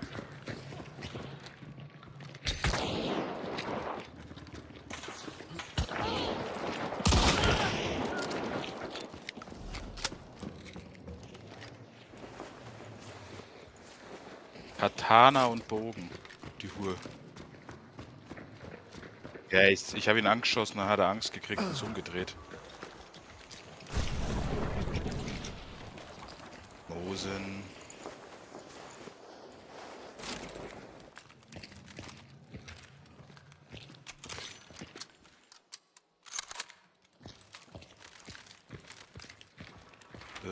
Dann rechts oben raus, oder? Oh, das ist hoch.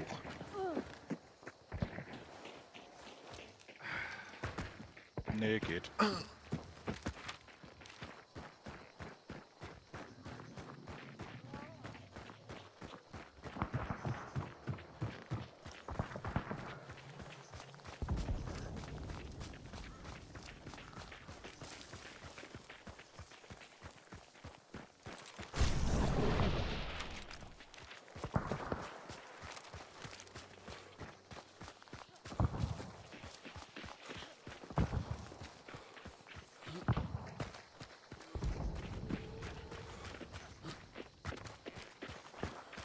Ja, keine Ahnung, was der da...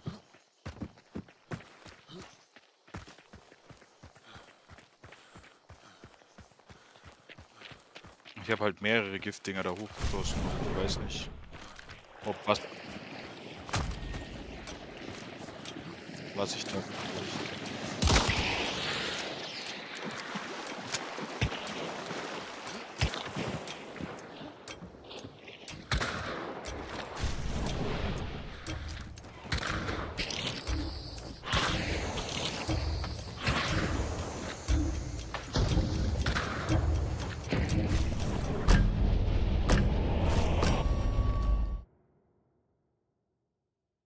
Ja, irgendwo haben sie ja geballert.